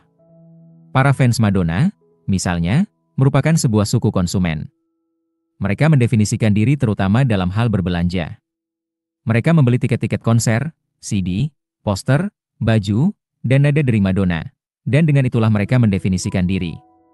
Para penggemar Manchester United, kaum vegetarian, dan pencinta lingkungan adalah contoh-contoh lain. Mereka juga didefinisikan, yang paling penting, dengan apa yang mereka konsumsi. Inilah intisari dari identitas mereka. Seorang vegetarian Jerman mungkin lebih suka menikahi seorang vegetarian Prancis ketimbang seorang Jerman pemakan daging. Tetap mobile. Revolusi-revolusi dalam 2 abad terakhir ini berlangsung begitu cepat dan radikal sehingga mengubah sebagian besar karakteristik tatanan sosial. Secara tradisional, tatanan sosial bersifat keras dan kaku. Tatanan memiliki makna stabilitas dan kontinuitas. Revolusi-revolusi sosial yang cepat itu luar biasa, dan sebagian besar transformasi sosial dihasilkan dari akumulasi langkah-langkah kecil yang banyak. Manusia cenderung berasumsi bahwa struktur sosial itu kaku dan abadi. Keluarga-keluarga dan komunitas-komunitas mungkin harus berjuang keras untuk mengubah tempat mereka dalam tatanan.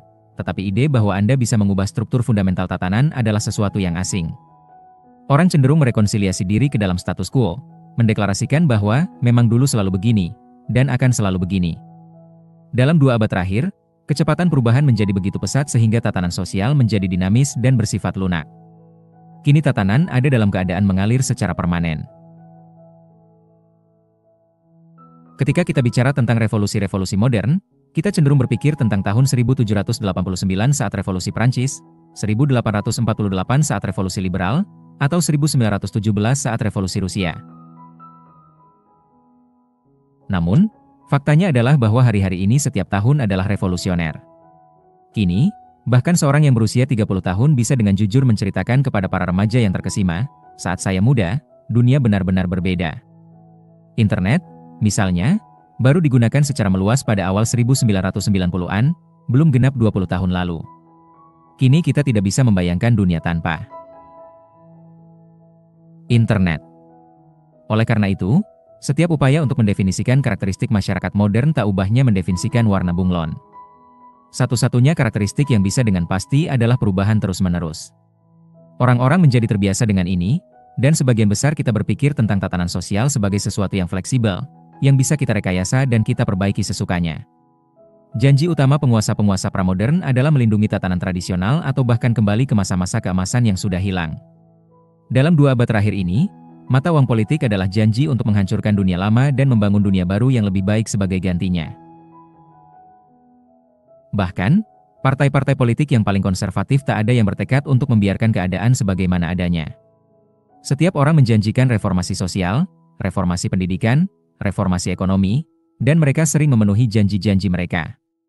Sebagaimana para ahli geologi berharap bahwa gerakan-gerakan tektonik akan menghasilkan gempa bumi dan erupsi-erupsi vulkanik, begitu pula kita bisa berharap gerakan-gerakan sosial drastis akan menghasilkan ledakan-ledakan kekerasan berdarah. Sejarah politik abad ke-19 dan ke-20 sering diceritakan sebagai serangkaian perang mematikan, holocaust, dan revolusi-revolusi. Seperti seorang anak yang mengenakan sepatu bot yang melompat dari satu genangan ke genangan lain, pandangan ini melihat sejarah sebagai katak yang melompat dari satu tumpahan darah ke tumpahan darah berikutnya, dari Perang Dunia Pertama ke Perang Dunia Kedua ke Perang Dingin, dari genosida Armenia ke genosida Yahudi ke genosida Rwanda, dari Robespierre ke Lenin ke Hitler. Ada kebenaran di sini, tetapi semua daftar bencana yang terlalu terkenal ini adalah sesuatu yang menyesatkan. Kita fokus terlalu banyak pada genangan dan melupakan tanah kering yang memisahkan genangan-genangan. Itu. Era modern akhir telah menyaksikan level-level tanpa preseden tidak hanya kekerasan dan kengerian, tetapi juga perdamaian dan ketenangan. Charles Dickens menulis Revolusi Prancis bahwa, itu masa terbaik, itu masa terburuk. Yang manapun bisa benar, tidak hanya Revolusi Prancis, tetapi juga seluruh era yang dilaluinya. Itu terutama benar untuk 7 dekade yang berlalu sejak akhir Perang Dunia Kedua. Dalam periode ini manusia untuk kali pertama menghadapi kemungkinan suanihilisasi sempurna dan mengalami perang-perang dan genosida-genosida aktual yang cukup besar jumlahnya. Namun, dekade-dekade ini juga merupakan era yang paling damai dalam sejarah manusia, dan dengan selisih yang besar. Ini mengejutkan karena pada dekade-dekade yang sama ini pula lah terjadi perubahan ekonomi, sosial, dan politik yang lebih banyak ketimbang era-era sebelumnya. Lempengan tektonik sejarah sedang bergerak dalam kecepatan menggila, tetapi gunung-gunungnya lebih banyak diam. Tatanan elastik baru tampaknya bisa berisi dan bahkan menginisiasi perubahan-perubahan struktural radikal tanpa jatuh ke dalam konflik kekerasan. Perdamaian pada masa kita. Sebagian besar orang tidak mengapresiasi betapa damainya era tempat kita hidup di dalamnya. Tak seorang pun kita yang hidup 1000 tahun lalu sehingga kita dengan mudah melupakan betapa lebih keras dunia masa itu. Dan, ketika semakin jarang, semakin besar pula perhatian kita pada perang yang terjadi. Banyak orang berpikir tentang perang yang melanda Afghanistan dan Irak hari ini ketimbang tentang perdamaian yang dirasakan rakyat Brasil dan India. Yang lebih penting, kita lebih mudah tergugah pada individu-individu yang menderita ketimbang pada seluruh populasi. Meskipun demikian, agar dapat memahami proses-proses historis makro, kita perlu menguji statistik massa ketimbang cerita-cerita individual. Pada tahun 2000, perang-perang menyebabkan kematian 310.000 individu, dan kejahatan kekerasan membunuh 520.000 lainnya. Setiap korban adalah sebuah dunia yang dihancurkan, sebuah keluarga yang runtuh, sahabat dan kerabat yang ketakutan dalam hidup. Namun, dari perspektif makro, 830.000 korban ini hanyalah 1,5% dari 56 juta orang yang meninggal pada tahun 2000. Tahun itu, 1,26 juta orang mati dalam kecelakaan mobil, 2,25% dari total angka kematian, dan 815.000 orang melakukan bunuh diri, 1,45%. Angka-angka untuk tahun 2002 bahkan lebih mengejutkan. Dari 57 juta orang yang mati, hanya 172.000 orang yang mati dalam perang dan 569.000 mati akibat kejahatan dengan kekerasan. Total 741.000 korban kekerasan manusia. Bandingkan, 873.000 orang bunuh diri. Terungkap bahwa pada tahun setelah serangan September 11, terlepas dari semua pembicaraan tentang terorisme dan perang, rata-rata orang lebih berkemungkinan membunuh dirinya ketimbang dibunuh oleh teroris, tentara, atau pengedar obat bius. Di sebagian besar bagian dunia, orang tidur tanpa takut bahwa pada tengah malam suku tetangganya mungkin mengepung desa mereka dan membantai setiap orang.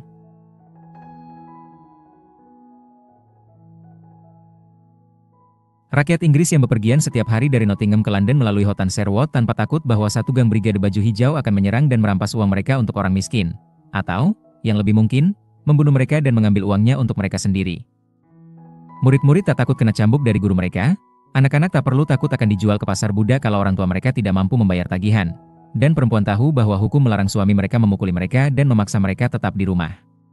Di seluruh dunia, ekspektasi-ekspektasi ini semakin terpenuhi. Susutnya kekerasan, terutama disebabkan oleh munculnya negara. Sepanjang sejarah, sebagian kekerasan bersumber dari pertengkaran lokal antara keluarga dan komunitas. Bahkan kini, seperti yang terlihat pada angka-angka di atas, kejahatan lokal menjadi ancaman yang jauh lebih mematikan ketimbang perang internasional. Seperti yang sudah kita lihat, para petani awal, yang tak tahu organisasi politik yang lebih besar dari komunitas lokal, mengalami kekerasan yang merajalela. Ketika kerajaan-kerajaan dan imperium-imperium menjadi semakin kuat, mereka menguasai komunitas-komunitas dan level kekerasan menurun. Dalam kerajaan-kerajaan desentralisasi abad pertengahan Eropa, sekitar 20-40 orang dibunuh setiap tahun untuk setiap 100.000 penghuni. Dalam beberapa dekade terakhir ini, ketika negara dan pasar telah menjadi luar biasa kuat dan komunitas-komunitas lenyap, angka kekerasan turun bahkan lebih jauh. Kini rata-rata global hanya 9 pembunuhan setiap tahun per 100.000 orang, dan sebagian besar pembunuhan ini terjadi di negara-negara lemah seperti Somalia dan Kamboja. Di negara-negara sentralisasi Eropa, rata-rata satu pembunuhan setahun per 100.000 orang. Sudah barang tentu ada kasus-kasus di mana negara menggunakan kekuasaan mereka untuk membunuh warganya sendiri, dan sering terngiang-ngiang dalam memori dan ketakutan kita. Pada abad ke-20, puluhan juta orang, kalau bukan ratusan juta orang, dibunuh oleh pasukan keamanan negara. Pun, dari perspektif makro, pengadilan-pengadilan dan kepolisian yang dijalankan negara mungkin sudah meningkatkan level keamanan di seluruh dunia. Bahkan, di negara-negara diktatoran represif, rata-rata orang modern lebih kecil kemungkinan mati di tangan orang lain ketimbang pada masyarakat-masyarakat pramodern. Pada 1964, sebuah kediktatoran militer berdiri di Brasil. Rezim itu berkuasa sampai 1985. Dalam 20 tahun tersebut, beberapa ribu orang Brasil dibunuh oleh rezim. Ribuan lainnya dipenjarakan dan disiksa.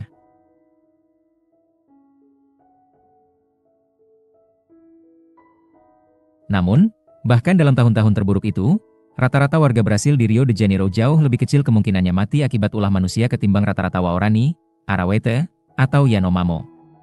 Waorani, Arawete, dan Yanomamo adalah masyarakat asli yang hidup di pedalaman hutan Amazon, tanpa tentara, polisi, maupun penjara. Studi-studi antropolitis menunjukkan bahwa antara 1/4 sampai setengah jumlah pria mereka mati cepat atau lambat dalam konflik kekerasan atas properti, perempuan, atau prestise. Pensiun imperial. Mungkin bisa diperdebatkan apakah kekerasan dalam negara menurun atau meningkat sejak 1945. Yang tidak bisa dibantah oleh siapapun adalah bahwa kekerasan internasional turun ke titik paling rendah sepanjang masa. Mungkin contoh yang paling jelas adalah runtuhnya imperium-imperium Eropa. Sepanjang sejarah imperium-imperium menumpas pemberontakan dengan tangan besi. Dan ketika harinya datang, sebuah imperium yang sedang tenggelam menggunakan segala kekuatannya untuk menyelamatkan diri, biasanya runtuh ke dalam pertumpahan darah. Kehancuran akhirnya pada umumnya mengarah pada anarki dan perang-perang suksesi. Sejak 1945, sebagian besar imperium memilih untuk pensiun dini secara damai. Proses keruntuhan mereka menjadi relatif cepat, tenang, dan tertib. Pada 1945 Inggris mengusai seperempat dunia. 30 tahun kemudian ia hanya menguasai beberapa pulau kecil. Dalam dekade-dekade pada tengah masa itu, Inggris mundur dari koloni demi koloni tanpa memuntahkan banyak tembakan, tanpa kehilangan ribuan tentara, dan tanpa membunuh banyak orang. Sekurang-kurangnya, sebagian pujian yang biasanya tertuju pada Mahatma Gandhi atas kredo non-kekerasannya sesungguhnya milik Imperium Inggris. Tempat imperium itu diambil alih oleh gerakan negara-negara merdeka, yang sebagian besar sejak itu menikmati perbatasan-perbatasan yang stabil dan menikmati kehidupan damai bersama tetangga-tetangganya. Benar, puluhan ribu orang musnah di tangan Imperium Inggris yang terancam, dan beberapa titik panas yang ditinggalkannya menjadi erupsi konflik etnis yang membunuh ribuan orang, terutama di India. Namun, kalau dibandingkan dengan rata-rata historis jangka panjang, penarikan Inggris adalah sebuah contoh perdamaian dan ketertiban. Imperium Prancis lebih keras. Keruntuhannya melibatkan aksi-aksi garis belakang berdarah-darah di Vietnam dan Aljazair yang menyebabkan kematian ratusan ribu orang. Namun, Prancis pun mundur dari jajahannya yang lain dengan cepat dan damai, meninggalkan negara-negara yang tertib, bukan negara kacau yang bebas segala-galanya. Runtuhnya Soviet pada 1989 bahkan lebih damai, terlepas dari erupsi konflik etnis di Balkan, Kaukasus, dan Asia Tengah. Belum pernah terjadi sebelumnya sebuah imperium yang demikian besar hilang begitu cepat dan begitu tenang. Imperium Soviet pada 1989 tidak mengalami kekalahan militer kecuali di Afghanistan, tidak ada invasi eksternal, tidak ada pemberontakan, bahkan tidak ada kampanye besar-besaran pembangkangan sipil ala Martin Luther King. Soviet masih memiliki jutaan tentara, puluhan ribu tank dan pesawat terbang, dan senjata nuklir yang cukup untuk menyapu seluruh manusia beberapa kali. Tentara Merah dan angkatan perang lain di Pakta Warsawa tetap loyal. Kalau saja penguasa terakhir Soviet Mikhail Gorbachev memberi perintah, Tentara Merah pasti akan menembaki massa yang melawan. Akan tetapi, elit Soviet dan rezim-rezim komunis di sebagian besar Eropa Timur, kecuali Rumania dan Serbia, bahkan memilih untuk tidak menggunakan bagian dari kekuatan militer yang paling kecil sekalipun. Ketika para anggotanya menyadari bahwa komunisme bangkrut, mereka melepas kekuatan, mengakui kegagalan, mengemasi koper-koper, lalu pulang.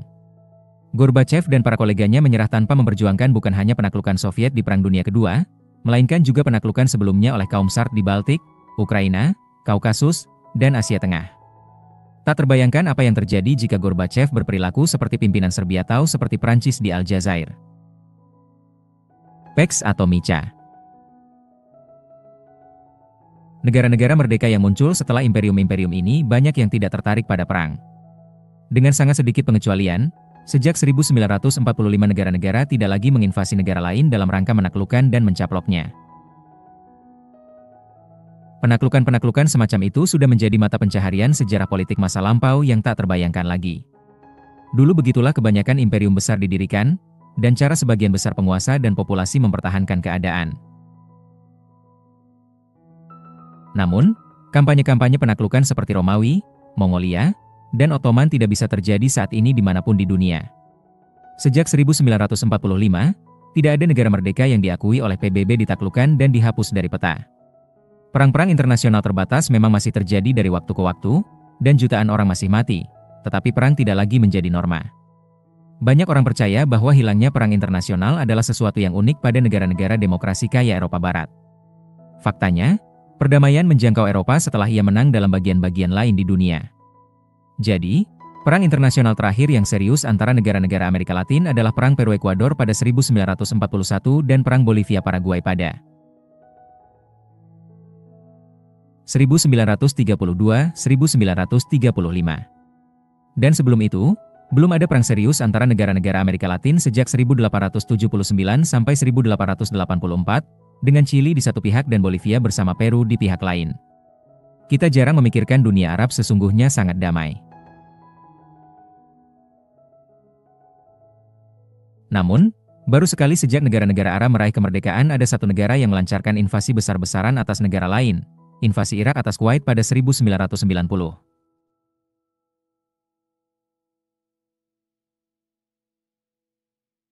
Memang ada beberapa bentrokan perbatasan, misalnya Suriah versus Yordania pada 1970, banyak intervensi bersenjata dari salah satu negara atas negara lainnya, misalnya Suriah di Lebanon, banyak perang saudara, Aljazair, Yaman, Libya, dan banyak kudeta serta pemberontakan.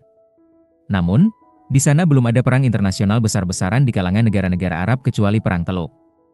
Bahkan, perluasan skup yang mencakup seluruh dunia Muslim hanya menambahkan satu contoh, Perang Iran-Irak. Tidak ada Perang Turki-Iran, Perang Pakistan-Afghanistan, atau Perang Indonesia-Malaysia. Keadaan di Afrika memang jauh kurang cerah. Namun, di sana pun, sebagian besar konflik adalah perang saudara dan kudeta.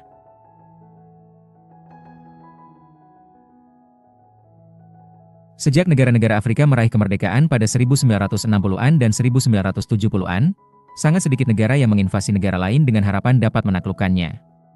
Ada periode-periode keadaan yang relatif tenang sebelumnya, misalnya di Eropa antara tahun 1871 dan 1914, dan semua selalu berakhir buruk. Namun, masa ini berbeda. Perdamaian realnya bukan semata-mata ketiadaan perang. Perdamaian realnya adalah perang memang tidak masuk akal. Tidak pernah terjadi perdamaian real di dunia. Antara 1871 sampai 1914, perang Eropa tetap mustahil, dan ekspektasi perang mendominasi pemikiran tentara, para politisi, dan warga negara biasa sekaligus. Firasat ini berlaku untuk semua periode damai lainnya dalam sejarah. Satu hukum besi politik internasional menetapkan, bagi setiap dua negara yang berdekatan, ada skenario yang masuk akal untuk menyebabkan perang antara keduanya dalam 1 tahun. Ini hukum rimba yang berlaku pada abad ke-19 Eropa, abad pertengahan Eropa, dan Cina kuno, serta Yunani klasik. Jika Sparta dan Athena berdamai pada 450 SM, ada skenario yang masuk akal bahwa skenario untuk perang pada tahun 449 SM. Kini manusia sudah mematahkan hukum rimba tersebut. Paling tidak ada perdamaian real, dan bukan hanya ketiadaan perang. Bagi sebagian besar negara, tidak ada skenario yang masuk akal untuk menuju konflik besar-besaran dalam 1 tahun. Apa yang bisa menyebabkan perang antara Jerman dan Prancis tahun depan? Atau antara Cina dan Jepang? Atau antara Brasil dan Argentina? Suatu bentrokan kecil perbatasan mungkin terjadi, tetapi hanya benar-benar skenario apokaliptis yang bisa menghasilkan perang besar-besaran gaya lama pada 2014, di mana divisi-divisi lapis baja Argentina bergerak ke gerbang Rio, dan pesawat-pesawat pengebom berhasil menghancurkan perkampungan Buenos Aires. Perang seperti itu mungkin masih bisa meletus tahun depan antara sepasang negara, misalnya Israel dan Suriah, Ethiopia, dan Eritrea, atau Amerika Serikat dan Iran, tetapi ini semua hanya ekspektasi yang justru membuktikan aturan di atas. Situasi ini tentu saja bisa berubah pada masa depan, dan dengan melihat ke belakang, dunia masa kini mungkin tampak sangat naif. Namun, dari perspektif historis, kenaifan diri kita sangat menarik. Belum pernah terjadi sebelumnya perdamaian begitu merata sehingga orang bahkan tidak bisa membayangkan perang. Para ahli sudah berusaha menjelaskan perkembangan yang membahagiakan ini dalam buku-buku dan artikel-artikel, lebih banyak dari yang mungkin ingin Anda baca, dan mereka sudah mengidentifikasi beberapa faktor yang berkontribusi. Pertama dan yang paling utama, harga perang naik secara dramatis.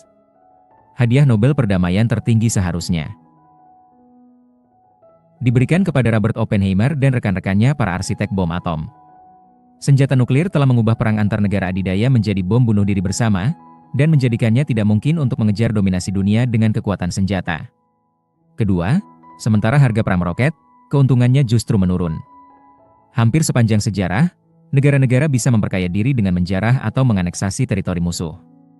Sebagian besar kekayaan terdiri dari ladang, ternak, budak, dan emas sehingga mudah untuk menjarah atau mendudukinya.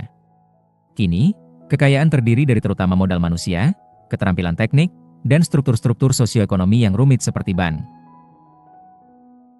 Akibatnya, sulit untuk mengelolanya atau memasukkannya ke dalam teritori negara tertentu. Bayangkan California. Kekayaannya semula dibangun dengan pertambangan-pertambangan emas. Namun, kini ia dibangun dengan silikon dan seluloid, Silicon Valley dan seluloid Bukit Hollywood. Apa yang terjadi jika Cina melancarkan invasi bersenjata atas California, mendaratkan 1 juta tentara di pantai San Francisco dan menyerbu ke darat? Mereka hanya mendapat sedikit. Tak ada tambang silikon di Silicon Valley. Kekayaan berada di pikiran para insinyur Google dan dokter-dokter naskah Hollywood, para sutradara dan ahli-ahli efek khusus, yang akan langsung terbang ke Bangalore atau Mumbai sebelum tank-tank Cina berderak ke Sunset Boulevard. Bukan kebetulan bahwa beberapa perang internasional besar-besaran yang masih terjadi di dunia, seperti invasi Irak atas Kuwait, terjadi di tempat-tempat di mana kekayaannya masih kekayaan material gaya lama.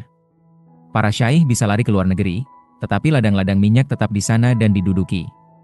Sementara perang menjadi semakin tidak menguntungkan, perdamaian malah menjadi semakin lebih menguntungkan dibandingkan dengan masa manapun. Dalam ekonomi agrikultur tradisional, perdagangan jarak jauh dan investasi asing hanyalah pertunjukan sampingan. Akibatnya, perdamaian membawa sedikit keuntungan yang tersisihkan dari menghindari biaya perang. Taruhlah jika pada 1400 Inggris dan Prancis berdamai, Prancis tidak perlu membayar pajak perang yang tinggi dan menanggung beban invasi Inggris yang destruktif. Tetapi kalau tidak, ia tidak mendapatkan keuntungan untuk menebalkan dompetnya. Dalam ekonomi kapitalis modern, perdagangan luar negeri dan investasi asing sudah menjadi segala-galanya. Oleh karena itu, perdamaian membawa dividen yang unik. Sepanjang Cina dan Amerika Serikat berdamai, Cina bisa makmur dengan menjual produk-produknya ke Amerika Serikat, berdagang di Wall Street, dan menerima investasi-investasi Amerika Serikat. Yang tak kalah penting, pergerakan tektonik telah terjadi dalam kultur politik global. Banyak elit sejarah, para punggawa Hun, bangsawan Viking, dan pendeta-pendeta Aztec, misalnya, memandang perang sebagai kebaikan yang positif. Yang lain memandangnya sebagai jahat, tetapi tak terelakkan, yang sebaiknya kita ubah sendiri menjadi keuntungan. Masa kita adalah kali pertama dalam sejarah ketika dunia didominasi oleh elit penyuka perdamaian politisi, orang-orang bisnis, intelektual, dan artis yang secara murni melihat perang sebagai jahat dan bisa dihindarkan. Memang ada orang-orang pembela perdamaian pada masa lalu, seperti orang-orang Kristen awal, tetapi dalam kasus-kasus langka ketika mereka meraih kekuasaan, mereka cenderung melupakan keharusan mereka untuk tidak membalas. Ada celah umpan balik positif antara keempat faktor ini. Ancaman holocaust nuklir memperkuat pasifisme. Ketika pasifisme menyebar, perang menyusut dan perdagangan merebak, dan perdagangan menaikkan keuntungan dari perdamaian dan biaya perang. Dari waktu ke waktu, celah umpan balik ini menciptakan hambatan lain bagi perang, yang akhirnya bisa membuktikan sesuatu yang paling penting. Pengetatan jaringan koneksi internasional meruntuhkan independensi sebagian besar negara, mengurangi peluang bahwa ada di antara mereka yang dengan enteng membiarkan anjing pelang menyalak. Sebagian besar negara tidak lagi terlibat dalam perang besar-besaran karena alasan sederhana bahwa mereka tidak lagi independen. Meskipun warga negara Israel, Italia, Meksiko, atau Thailand mungkin menyimpan ilusi independensi, faktanya adalah pemerintahan mereka tidak bisa menjalankan sendiri kebijakan ekonomi atau luar negeri yang independen. Seperti dijelaskan di bab 11, kita sedang menyaksikan formasi sebuah imperium global. Seperti imperium-imperium sebelumnya, yang ini pun menerapkan perdamaian dalam perbatasan-perbatannya. Dan, karena perbatasan-perbatasannya mencakup seluruh dunia, imperium dunia bisa secara efektif menerapkan perdamaian dunia. Jadi, apakah era modern merupakan salah satu pembantaian tanpa akal, perang, dan penindasan, yang dicirikan oleh kegilaan Perang Dunia Pertama, awan jamur nuklir di atas Hiroshima dan mania berdarah Hitler dan Stalin?